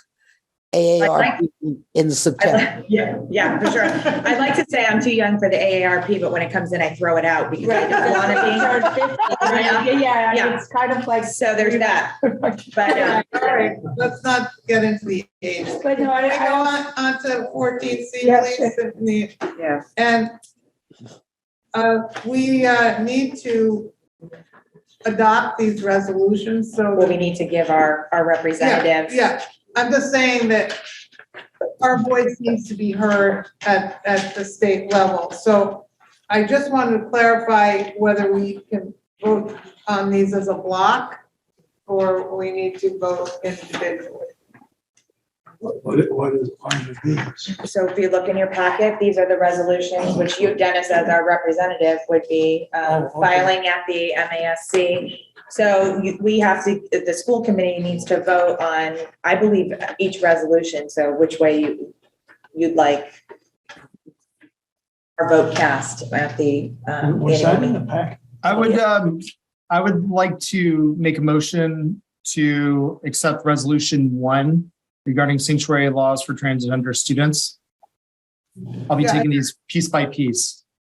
Yeah, okay, so then if we have somebody to make a motion, somebody to second, and then, yeah, I know, I'm just saying our procedure here, and we don't necessarily need to discuss each one unless somebody raises their hand and says they need to discuss it. I'll second Jeff's motion on resolution 1. All right.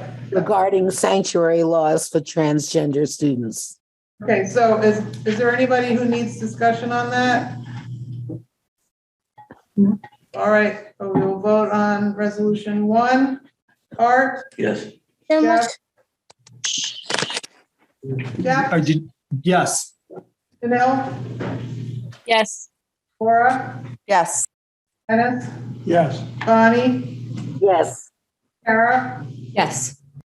Jane, yes, and Nancy? Yes. All right. Do I have a motion for resolution 2? So moved. Second. Okay, we have Art and Bonnie. Anyone need to discuss that? I just want to state that if you don't have it in front of you, it's that MASC calls upon the Massachusetts legislature to amend Chapter 40, Section 13E by deleting 2% of the annual net school spending and by inserting the following 5% of the annual net school spending, and that's to increase the special ed reserve fund. Thank you for the clarification. Art, Yes. Jeff, Yes. Nil, Yes. Laura, Yes. Dennis, Yes. Bonnie, Yes. Kara, Yes. Nancy. Yes. And Jane, yes. Resolution 3. We have a motion? So moved. Membership. Okay, so that was Jeff and Bonnie have a membership on the board of the elementary and secondary education. And that would allow for removal of the clause prohibit practicing educators and sitting school committee members from serving on the board of elementary and secondary education, with the idea that including members with expertise as licensed educators and members with expertise in public school governance would improve the constitution of the Board of Elementary and Secondary Education. Thank you, Bonnie. Art, Yes. Jeff, Yes. Nil, Yes. Laura, Yes. Dennis, Yes. Bonnie, Yes. Kara, Yes. Nancy, Yes. Jane, yes. And resolution 4, which has to do with preserving local governance of Massachusetts schools. So moved. Thank you, Art. A second. Second. Second from Nancy. I have a question. So I understand that the state on these 3 examples were put in state receivership. I'm not clear why they have not been reinstated and why does it need to come to us with that? Does anybody have any more context on that? I think that most people feel that they want local school committee to be in charge, or a local, like a lot of times the superintendent's removed, the school committee's removed, and then, receivership goes in. They want the opportunity for those groups to stay in place and try to turn the district around, as opposed to the receivership. Well, I think it looks to me like it's also saying that there's a term limit for the receivership. Right. Can't be indefinite, but I think right now It is indefinite. when they see progress, right? So it could be indefinite. Okay, and is it an objective metric of progress, or is it moving goalposts because of politics and whatnot? If change doesn't happen quickly, Does anyone have, aside from Beth, more information?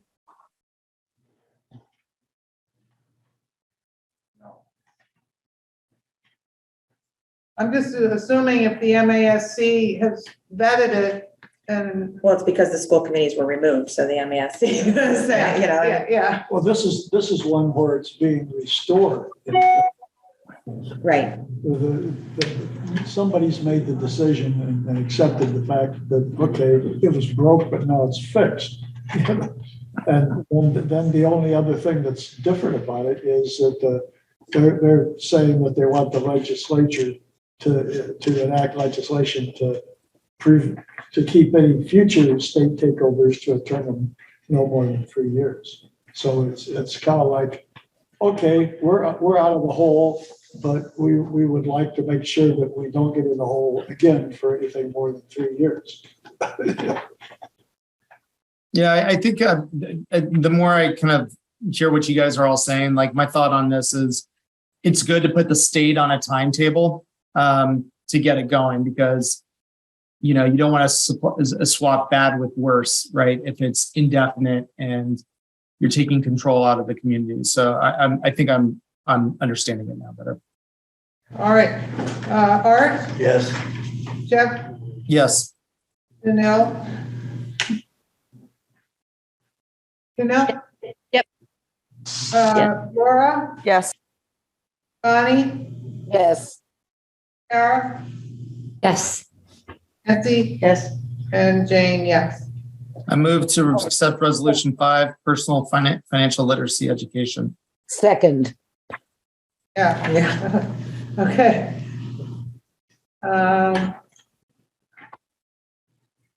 And are we ready?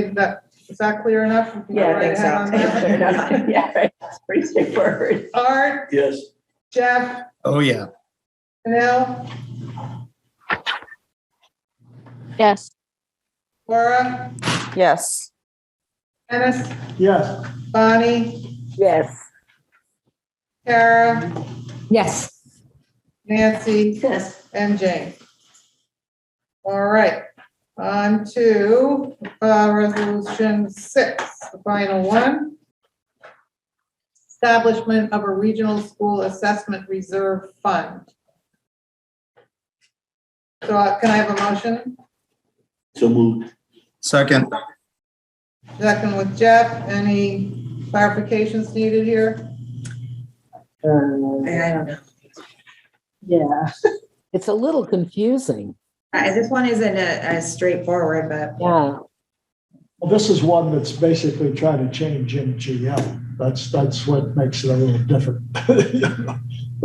They're basically saying, okay, here's our situation, but we want to amend and change this part of Mass General Law. Yeah, but I'm just trying to understand if Doesn't that make percentage, sense. like, does that make sense, Doesn't you know? make sense. Yeah. That's hard to tell. I mean, that's asking all of us from around the Commonwealth to do. Remember, folks, each one of these was put forward by a district, okay? And so these are however many is in here, like 6 or 8, 6 districts.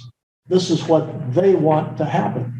Now, what do Okay, we know about Silver? but so No, far, we don't know. this one is kind of interesting because basically they're asking also to change Mass General Law in total.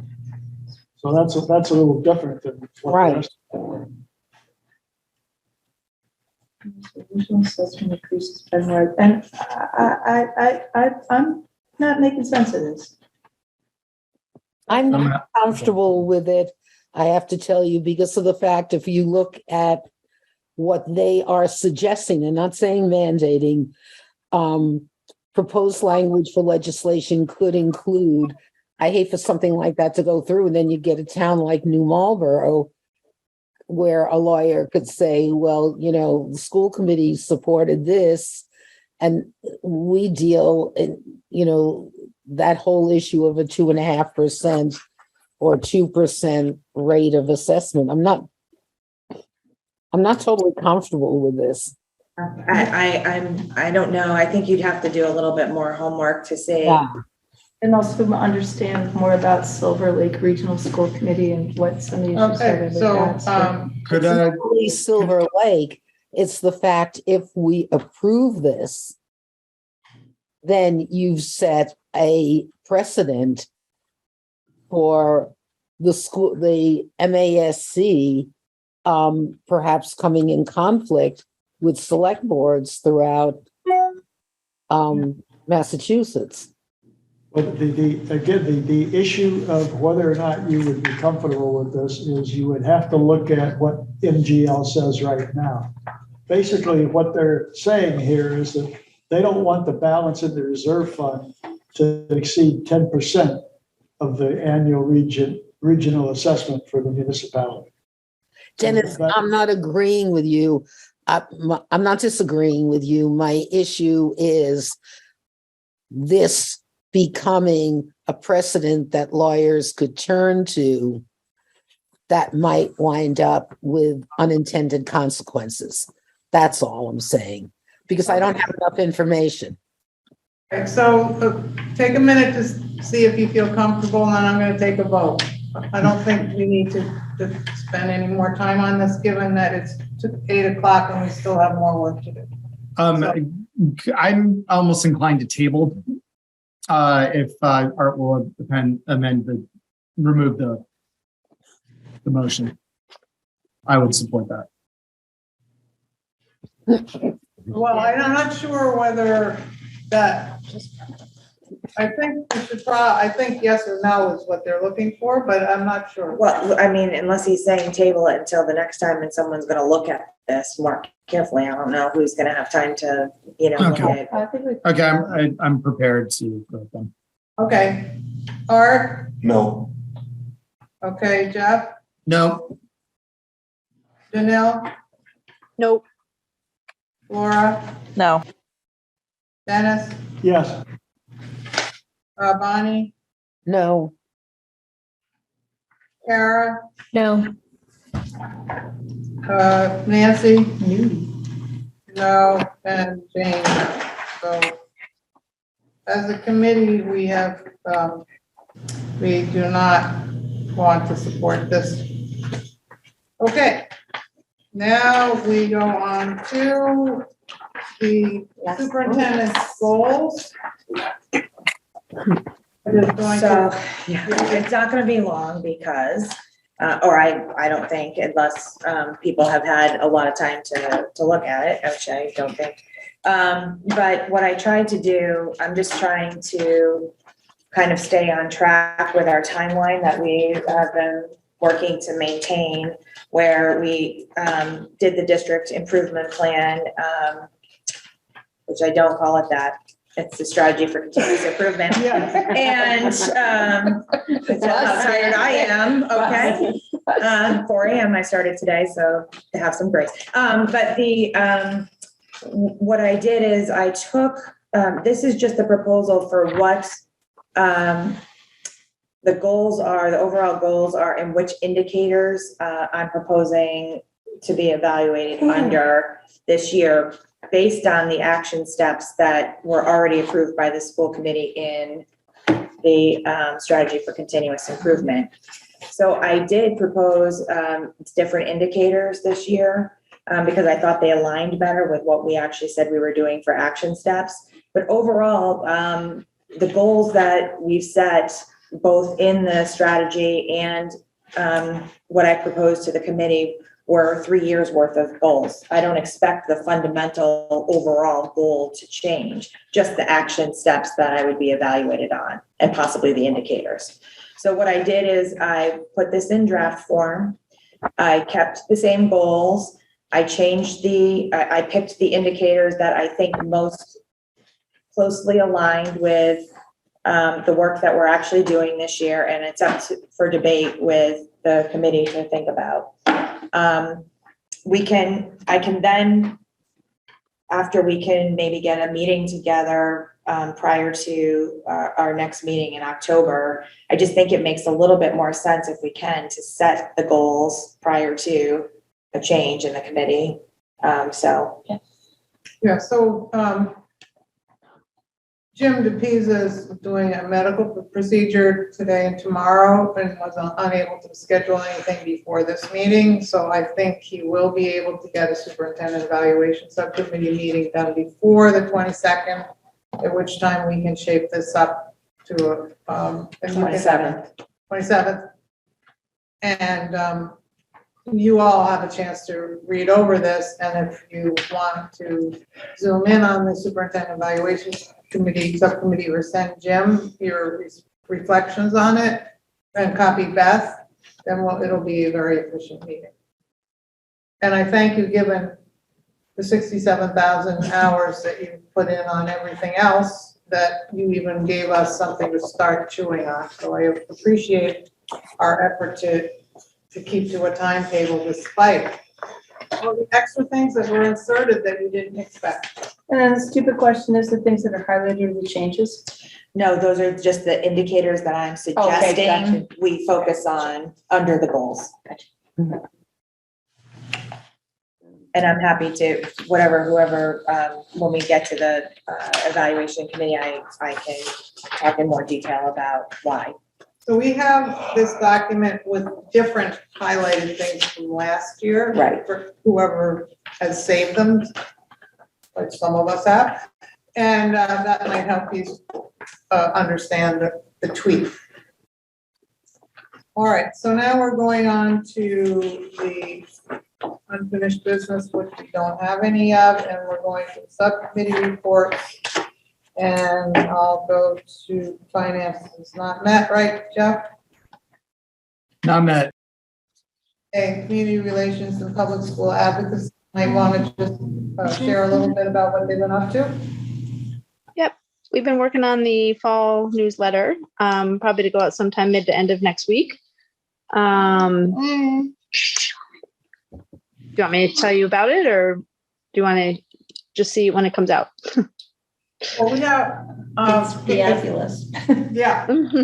We've got a section of, so we have a section of the superintendent's statement. We've got school committee updates. We've got exciting happenings, which highlights what we've been up to, interesting things we've been up to since COVID has kind of relaxed a bit, things we were able to get back to.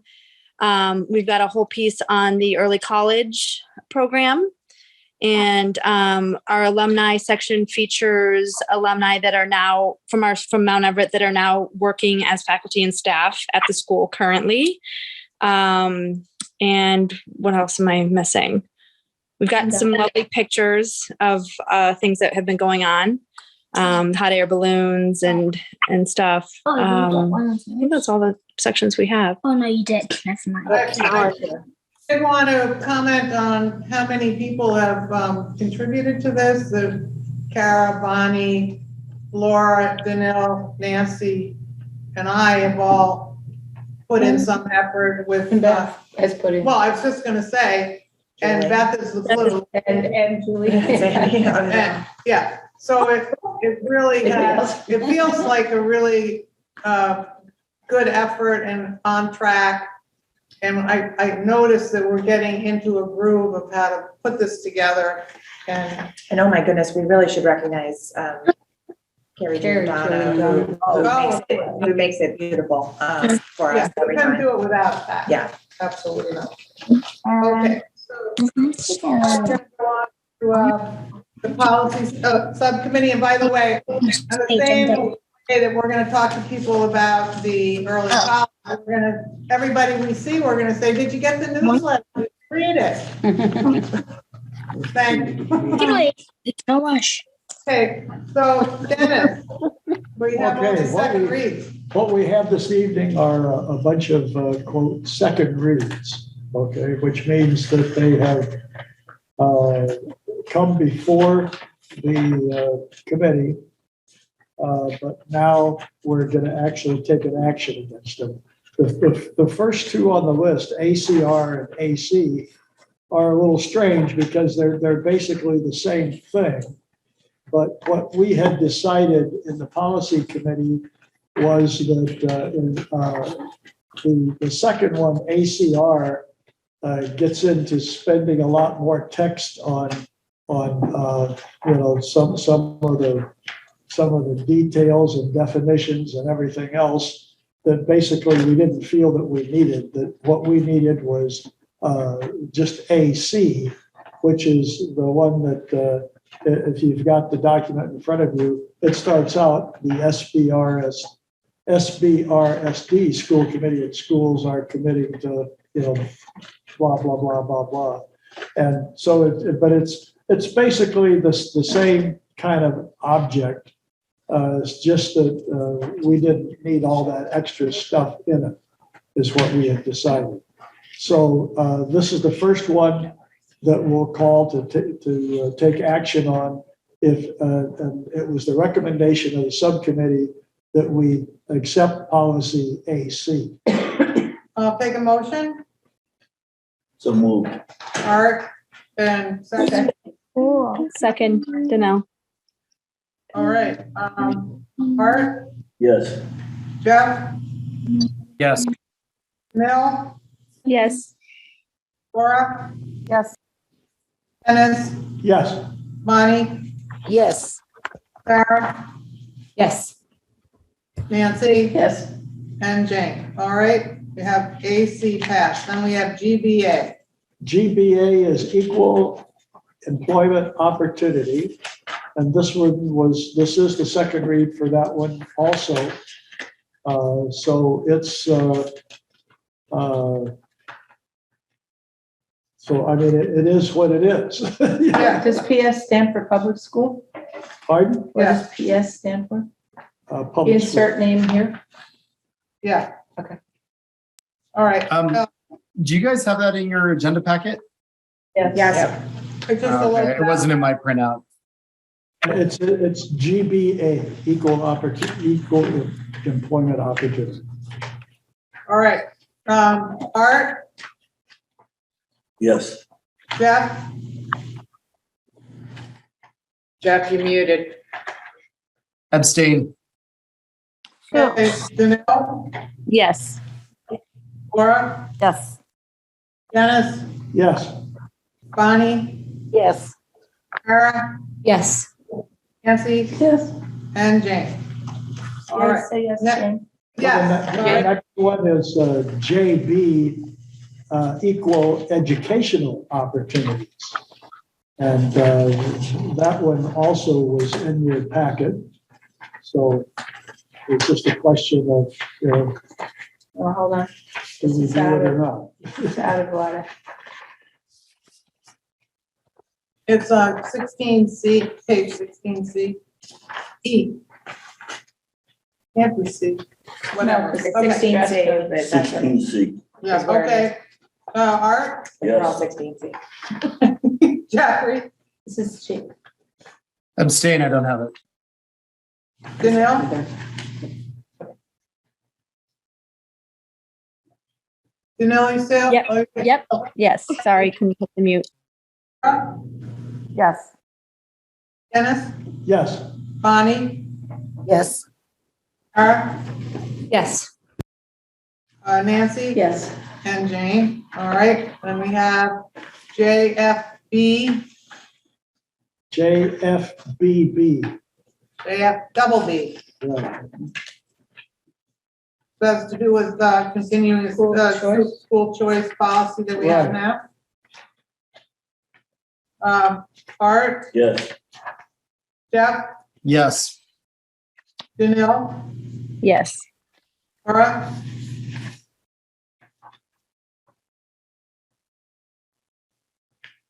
Laura? Oops, Yes. okay. Dennis, Yes. Bonnie, Yes. Kara, Yes. Nancy, Yes. and Jane, yes.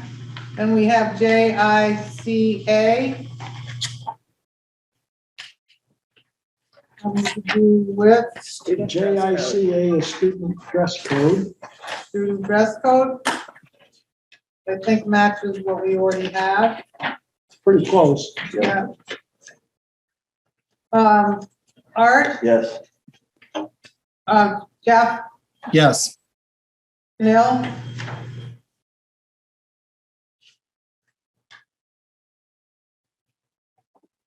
You there, Danelle? Yep. Yep, I'm here. Yes. I'm sorry. Laura, Yes. Dennis, Yes. Bonnie, Yes. Kara, Yes. Nancy? Yes. And Jane, yes.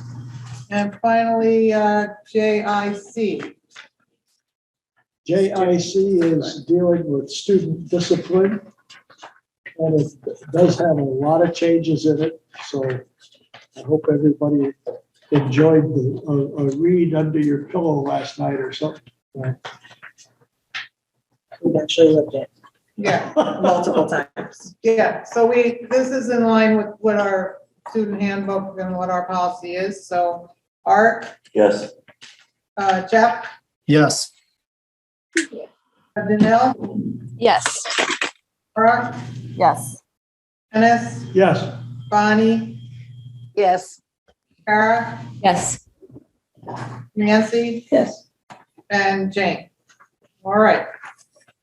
We have come to, I don't think any of the other subcommittees have met.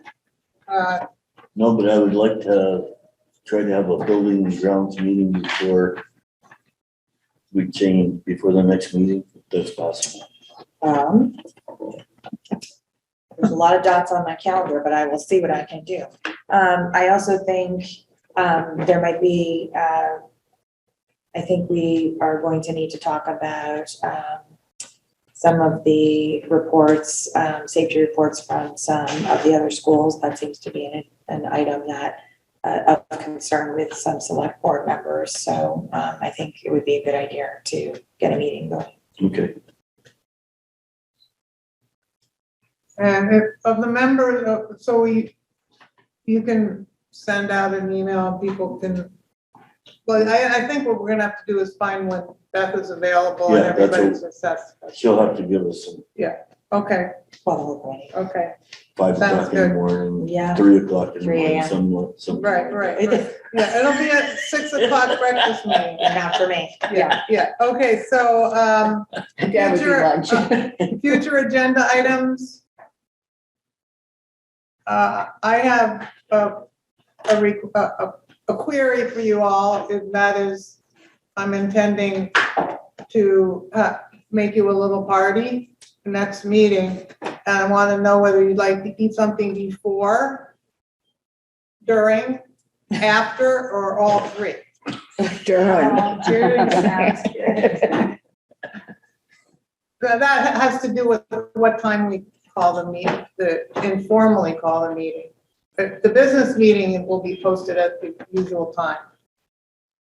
Does anybody have a feeling one way or the other? After, After for you? I'll have a snack. Okay. And maybe I'll have a few snacks here for, I was gonna say, I'm not gonna, I won't last that long. yeah, so I'll do that. Okay. Before, during, and after, Jane. Before, There you during, go. and after. Okay, so it'll be after with some snacks as you come in, and they'll be available 15 minutes before. Okay? Perfect. All righty. And I don't know whether we're gonna do MCAS next week or, The 27th, we're going to be doing MCAS. okay, so you got Fun on times. there as a future item, and it's gonna be, so I would take a motion to adjourn. So Okay, well, Art got the motion. Who wants the second? Second. Okay, Second to 12. all right, so here we go. Art, yes. Jeff, Yes. Bill, Yes. Laura, Yes. Dennis, Yes. Bonnie, Yes. Kara, Kara voted for Laura. Laura's gone, so Nancy. Sorry. There's a lot happening. Nancy, you got it? Yes. And Jane, yes, and you won't be able to participate in the party if you're not here. Just saying. Note it.